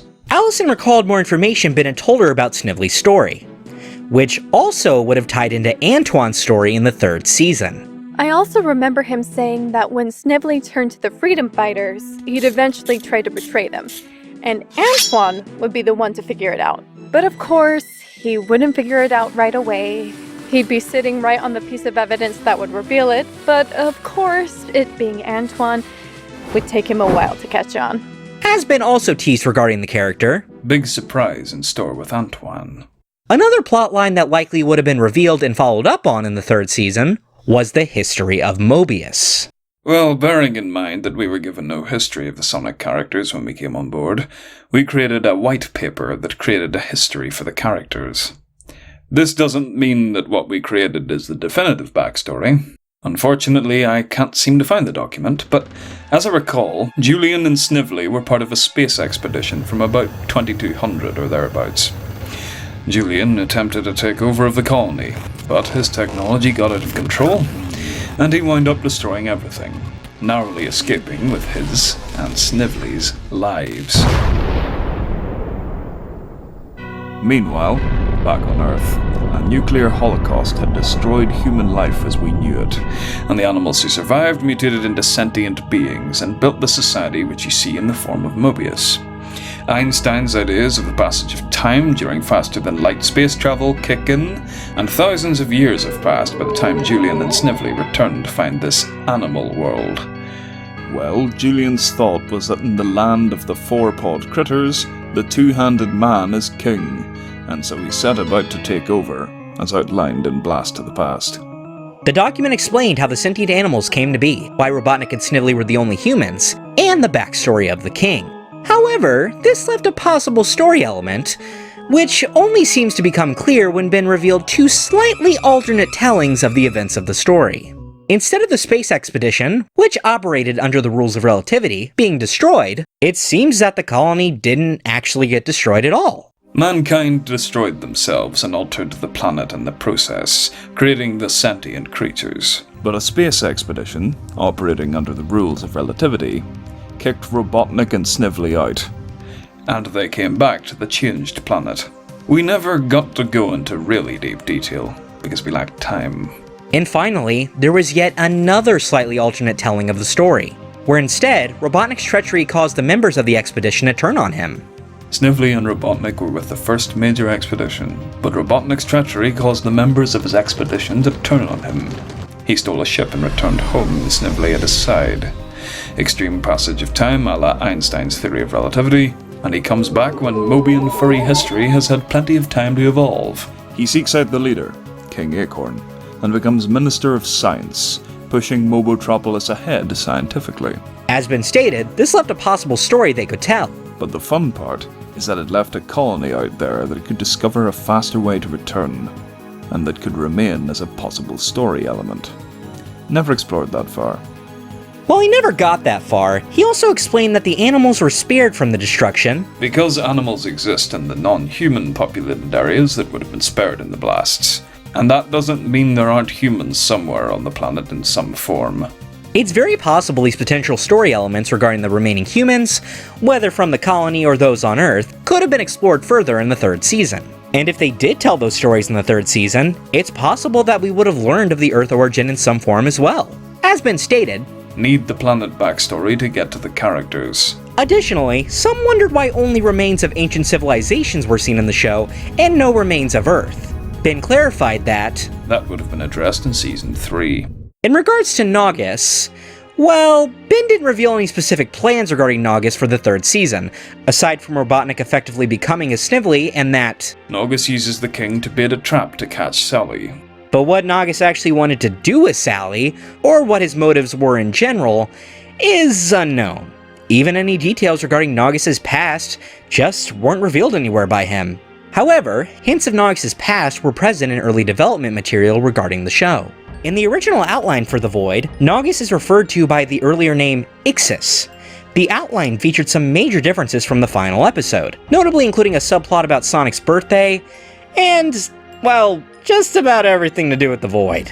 In the outline, Ixis is stated to have created the Void, and the Void is very different, as, in this version, the Void is stated to be like a jungle from hell, rather than a crystallized dimension. There's tons of plant life which bends to Ixis's will, and thrives off life force, which becomes unstable without him in the Void, forcing him to have to return in order to save the rest of the characters, and himself from weakening and dying. Of course, the Void was depicted much differently in the final episode, with the now renamed Naugus, instead of saying he created the Void, simply stated that I discovered its existence. However, other details in the outline seem to still line up with the final episode. Specifically, Naugus is still described as being non-human, and how he's described is very much like his final design. Additionally, on what's likely a second draft, a few notes are included on the Void and Ixis. Notably, the final name for the Void in the episode, Sanctuary, is included as a note. And under it is another. Ixis is ally of dragons. This would seem to imply that, at least at one point, Naugus was intended to have been allies with the dragons seen in the show. While, yes, a lot of details in the outline were changed for the final episode, it's worth noting that Ben often continued to refer to lore and story documents made during the second season's production, such as the origin of Robotnik and Snively. While this is pure speculation, if this idea was still a part of Naugus's story by the time that Ben was working on the plot for the third season, it's possible that Naugus would have potentially had connections to the dragons, possibly even playing a part in Dulcie's arc. Speaking of which, another plotline that would have been explored in the third season would have been Dulcie's powers. Finally, Dulcie would mature and come into her full powers and prove to be a dominant force. Allison recalled, He said she'd realize her full potential. But Ben never explained what exactly her new powers would be, aside from his statement that you don't want to see a dragon when she gets mad. There were additionally many storylines that were cut from SatAM's second season, which either would have been followed up on or reincorporated into the third season. While Pat, Ben, and Len tried to make the second season one long ongoing story, the network forced them to do those dual Antoine episodes, which messed up a lot of their plans, causing them to have to do some fast juggling. Originally, there were going to be more freedom fighters. I had ideas for other freedom fighter group discoveries and interactions. Specifically, there was a group of jungle freedom fighters that were slated to appear, but had to be cut. We had a jungle freedom fighter group. He additionally stated, I don't know if we specifically addressed that issue, but it would have been Robotnik's intention to spread his tentacles far and wide. Since there were other freedom fighter groups, it stood to reason that Robotnik was reaching out and doing bad stuff all over the place. But the freedom fighters had kept him confined to a large degree. At least so we decided, I think. This implied that there were many more freedom fighter groups across Mobius, working to keep Robotnik confined. Actually, now that you mentioned it, we had freedom fighter groups around the planet, so they must have been fighting him off. And you would have seen more groups if ABC hadn't decided to saddle us with those 4 goofy shorts. Ben would also later state how they plan to introduce more freedom fighter groups had there been more seasons. Based on this, it's very possible that the cut jungle freedom fighters would have been reincorporated into a future season of the show, along with other new freedom fighter groups. He additionally specified that Lupe's family and pack would have been further developed if we hadn't been cancelled. Additionally, during the second season, Robotnik is mentioned to be having a command meeting, and it's revealed that Robotnik has lieutenants. According to Ben, due to a lack of space and time, we could never get into the entire backstory. So, the command meeting was never fully explored, and Robotnik's lieutenants were sort of left by the road. He said that he had done work on them, but they unfortunately fell to the wayside. I would have to go back through my personal notes for that one. I did a large amount of work that never saw the light of day. Unlike the other elements mentioned, it's unknown if they would have factored into the third season. One of the biggest casualties of the reshuffling was the removal of much of Tails' character development. I lost the development of Tails that I had done. He would have had a much bigger role in Doomsday. One thing that would definitely be, or actually is in my mind, a part of the season 3 is the ascendance of Tails. Because in the episode that we had where they were going after the Deep Power Stones, there was a whole 3 or 4 page sequence of Tails being trained by Sonic. And, you started to see that first relationship build between them as this young adolescent was coming into his own. And unfortunately for time, it had to be cut. And so that would have been developed in the third season. And one of the surprises would be that Tails would find himself with some incredible power that he hadn't expected. And of course, it would be introduced comedically, with some sort of great disaster happening that Sonic would have to rescue. As Allison recalled from her discussions with Ben, I know he wanted to have Tails discover he had some kind of really powerful flight abilities. Like, he could at least keep up with Sonic and maybe even go faster at times. He wanted Tails to be able to use power rings eventually. I remember a scene he told me about that he had in mind was that Sonic and Tails were getting a power ring and Tails would fly out and grab it and ultimately just rocket off into the sky. Then Sally would walk by and see Sonic staring into the sky, and this exchange would happen. What are you looking at? Tails. He's not up there. Yeah, he is. As Ben would state, I was going to bring him along into a vibrant, insane adolescent with an attitude. In terms of the histories of the various characters, they eventually would have gotten around to telling the personal history and would have dived into the parents/relatives of all of the Freedom Fighters, aside from the already known histories and relatives of Sonic, Sally, and Dulcie. We would have gotten around to all of them in turn. See, it was a weird situation. All those disparate characters in search of a backstory. So we were, in some ways, making it up as we went, and then I was trying to create continuity on the fly.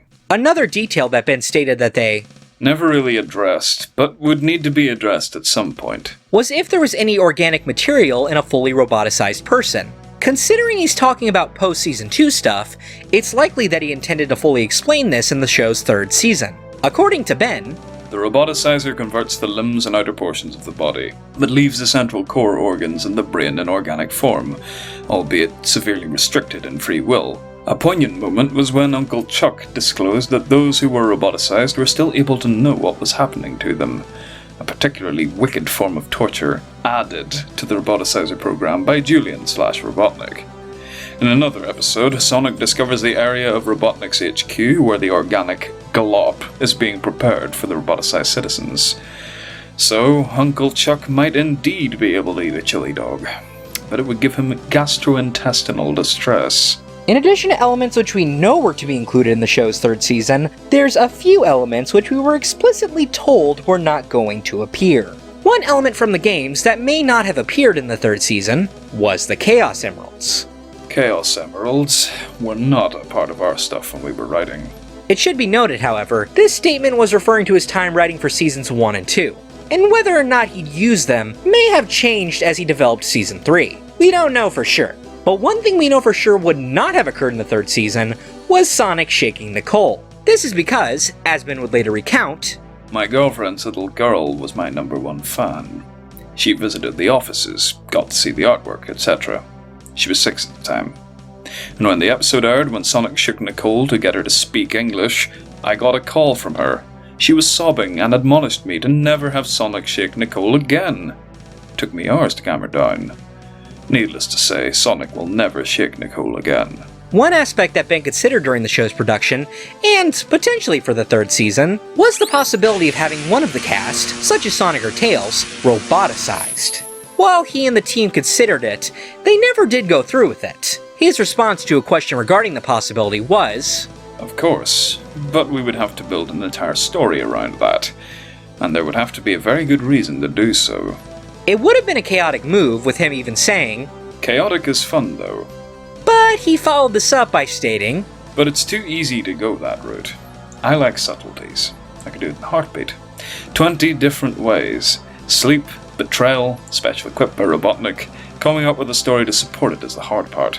And if the story doesn't support it, I won't go there. That kind of thing leads to devices taking over the script. Yuck." In regards to bringing in other game characters, like Amy, Metal, Sonic, etc., well, that was a tad tricky. Ben didn't read any Sonic fanfics. He didn't read the Archie Sonic comics, and he didn't play the games. In fact, he avoided all of their Sonic media like the plague. Why? Legal reasons. The legal reasons are because if I read other works, then I can't use anything they come up with. If I keep my hands clean, so to speak, then I'm free to just create. I avoid all other incarnations of Sonic like the plague. Ben essentially stated that the only way he'd really dive into other Sonic media, and potentially incorporate elements from them in his own work, was if he was under the copyright umbrella of Sega. If I were to go forward again, and if I were under the copyright umbrella of Sega, I would examine many things at that time and do a thorough analysis. I would try to pay tribute to that which worked, and I would gracefully remove that I felt didn't. And that's all opinion, but until that day comes, I have to stay clear of all incarnations but those I was a part of. However, there was one game character which Ben had plans to fully incorporate into the show's third season, and potentially further, which I'll be talking about a bit later.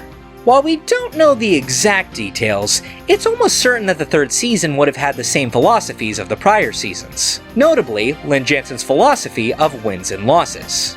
Wins and losses. There had to be the things the freedom fighters won. A new piece of information, the freeing of a character, or the loss of a character or major plan. It was very likely that the film/third season would have shared this philosophy, with it featuring wins and losses. In terms of losses in the third season/film, well, Allison recalled this from her time talking with Ben. I remember reading that he wanted Knothole to get munched, as he called it at some point. While what exactly this entails is, well, unknown, it potentially means that Knothole would have been destroyed, or wrecked in some form. And there was an additional story idea for the third season, which was planned briefly, not specifically because it was a good idea, but instead as a backup plan for one specific incarnation of the season. As mentioned, Ben stated that had he been brought onto Sonic Underground first, he simply would have made the series the third season of Sonic SatAM. And if they insisted on having songs, well, he had two ideas. If they had insisted on songs, I would have found a less intrusive way to work them in. Maybe just great footage over the song and none of the characters singing. Or maybe have Ant and Bunny form a group.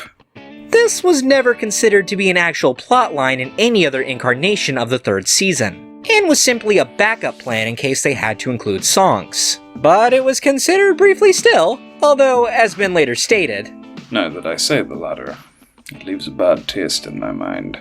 Additionally, while he never said it publicly, Allison recalls that Ben also considered having Tails be the one to sing the songs for the show.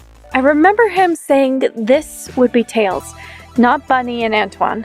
I remember him specifically telling me Tails. Essentially, it seemed like he would do everything in his power to have anyone else sing, except for Sonic. And following up on Ben Hurst's proposed love triangle between Sonic, Sally, and To Be Determined, well, details on the love triangle are quite sparse. Allison simply stated that, He never told me too much about the love triangle thing, but Sonic would of course come out on top.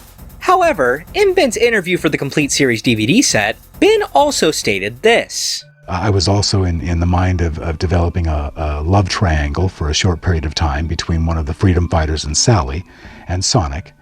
What's notable is that he specifically states how he was developing the love triangle for a short period of time. While this could imply that the love triangle was only going to go on for a short period of time, it's also possible that he only briefly considered the idea of the love triangle as a whole, before deciding to scrap the love triangle plotline entirely. But it's unknown if this was actually what he was trying to say. One additional plotline that many wondered if was ever going to get resolved was on whether a proper de-roboticizer could ever be built. Ben would say that the plans for the roboticizer were stolen in one of the SatAM episodes. I forget which. And a de-roboticizer was indeed built. But unfortunately, the effects were only temporary. But it should be possible to build a de-roboticizer that would be permanent, in my honest opinion.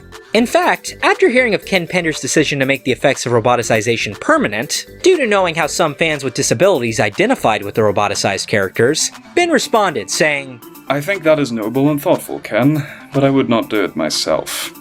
The fact that Robotnik did this to them, it was not the result of an accident or birth, leads me to feel that it is dramatically valid to leave open the door for people being transformed back to their original selves.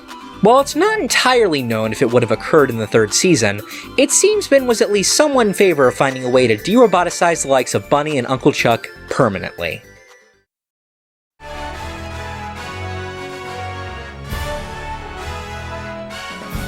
However, there's one question I think most people have regarding the third season, which was, how's it supposed to end?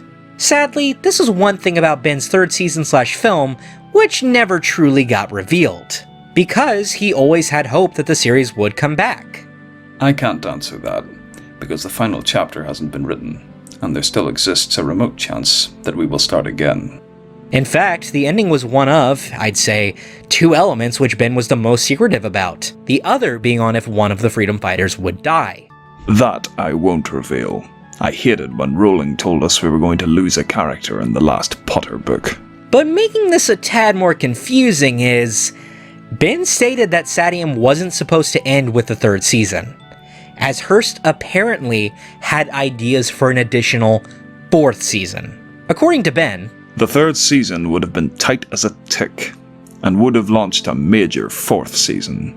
In fact, the thing that would lay the seeds for the fourth season was the introduction of another game original character, Knuckles. Knuckles would have figured prominently into Season 3, towards the end, and would have been the pinch or turning point for Season 4. Any idea of what the fourth season would have entailed is completely lost to time. Especially as, since Hurst moved on to trying to conclude the series as a film, he wanted the film to act as a conclusion to the show, likely scrapping any plans he happened to have for the fourth season. But while we don't have a concrete idea of what the ending would have been like for the film/Season 3 only version of the story, we can make assumptions based on some of Ben's other statements, specifically regarding the conclusion to the storyline of Nicole. As mentioned, Sonic and Nicole very likely would have been the heart of Ben's Sonic SatAM movie. A relationship will develop between Sonic and Nicole, and through a series of circumstances and events, her real story comes out. At first, she will confide this story only to Sonic. It becomes the bond between them, and gives Sonic a noble quest. And that noble quest involved having Nicole restored to herself again. Gotta work out the details for the rest of the story arc, but I want to somehow have Nicole restored to herself again. Maybe Robotnik preserved her body in a special hidden vault where he had hoped to gloat over it. Nicole never extracted this information from his mind. Various ideas were thrown around on how exactly Nicole would be restored. She returns as a little girl without any extra powers, except that she's a genius.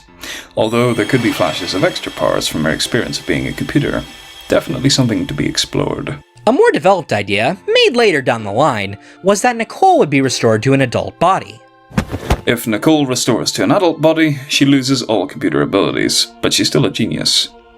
Sonic and Nicole make the decision to destroy her satellite. Nicole's power as a computer being was too dangerous. He and Nicole team up, but as they issue the command that will irretrievably destroy Nicole's cyberbrain, they hear the fading memory utter, Good poignant moment, and as they move closer together, they hug. They hold for a moment, both savoring it, then break apart embarrassed. Additionally, Ben wrote down a possible idea which would have offered a much bleaker end to Nicole and Sonic's story. Gotta have a point where it looks like we've lost Nicole forever. Or, I hate when these kind of dramatic ideas occur to me, maybe we actually lose Nicole forever. However, it seemed he planned for the storyline to actually end on a happier note.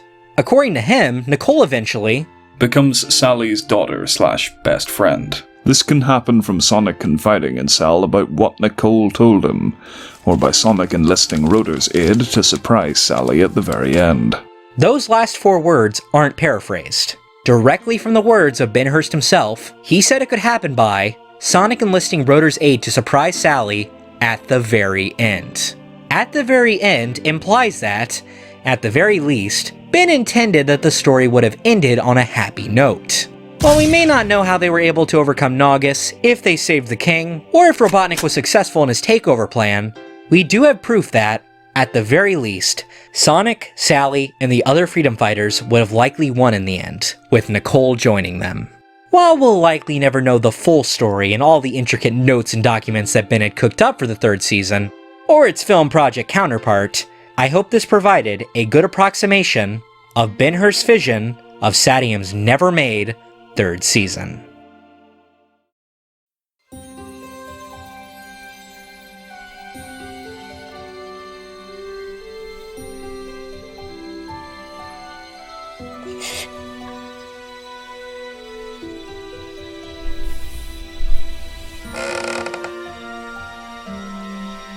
Hey, Sal. Huh? The crown looks good on you. Really rocking the whole queen look. Thanks, Sonic. Come on. I want to show you something. Whoa. Sonic, what's this all about? Well, me and the others know you've been going through a lot. And, well, we wanted to surprise you with something. Did Uncle Chuck whip up some chili dogs? Nope. You gonna play me that way past cool song again? Nah. And I'm stumped. What is it you...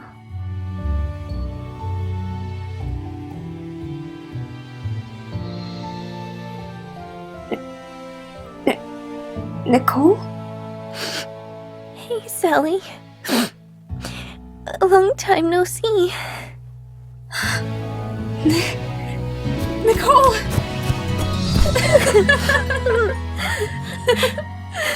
But how? How is this? It's a long story. But the important thing is, she's back. Oh, I'm always so broken up by the happy endings. Oh, quit it, you big ol' softy. Come on, guys. Let's give them some space. How have you been? Oh, it's been rough. Let me tell you the summary. It was the last night we saw each other, and that mean old nasty Robotnik tricked me into transferring my brain into a satellite. On that night, Sally got something she had needed for a long time. Closure.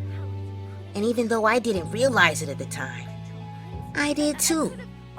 We'd been battling Robotnik and his bots for so long that we kind of forgot what it was like before. Back when the world was peaceful. I certainly did. But honestly, even though I loved being the hero, I'm glad that the fight is finally over. I learned there is a place for me in this Robotnik-free world. And, in a way, I got my closure as well.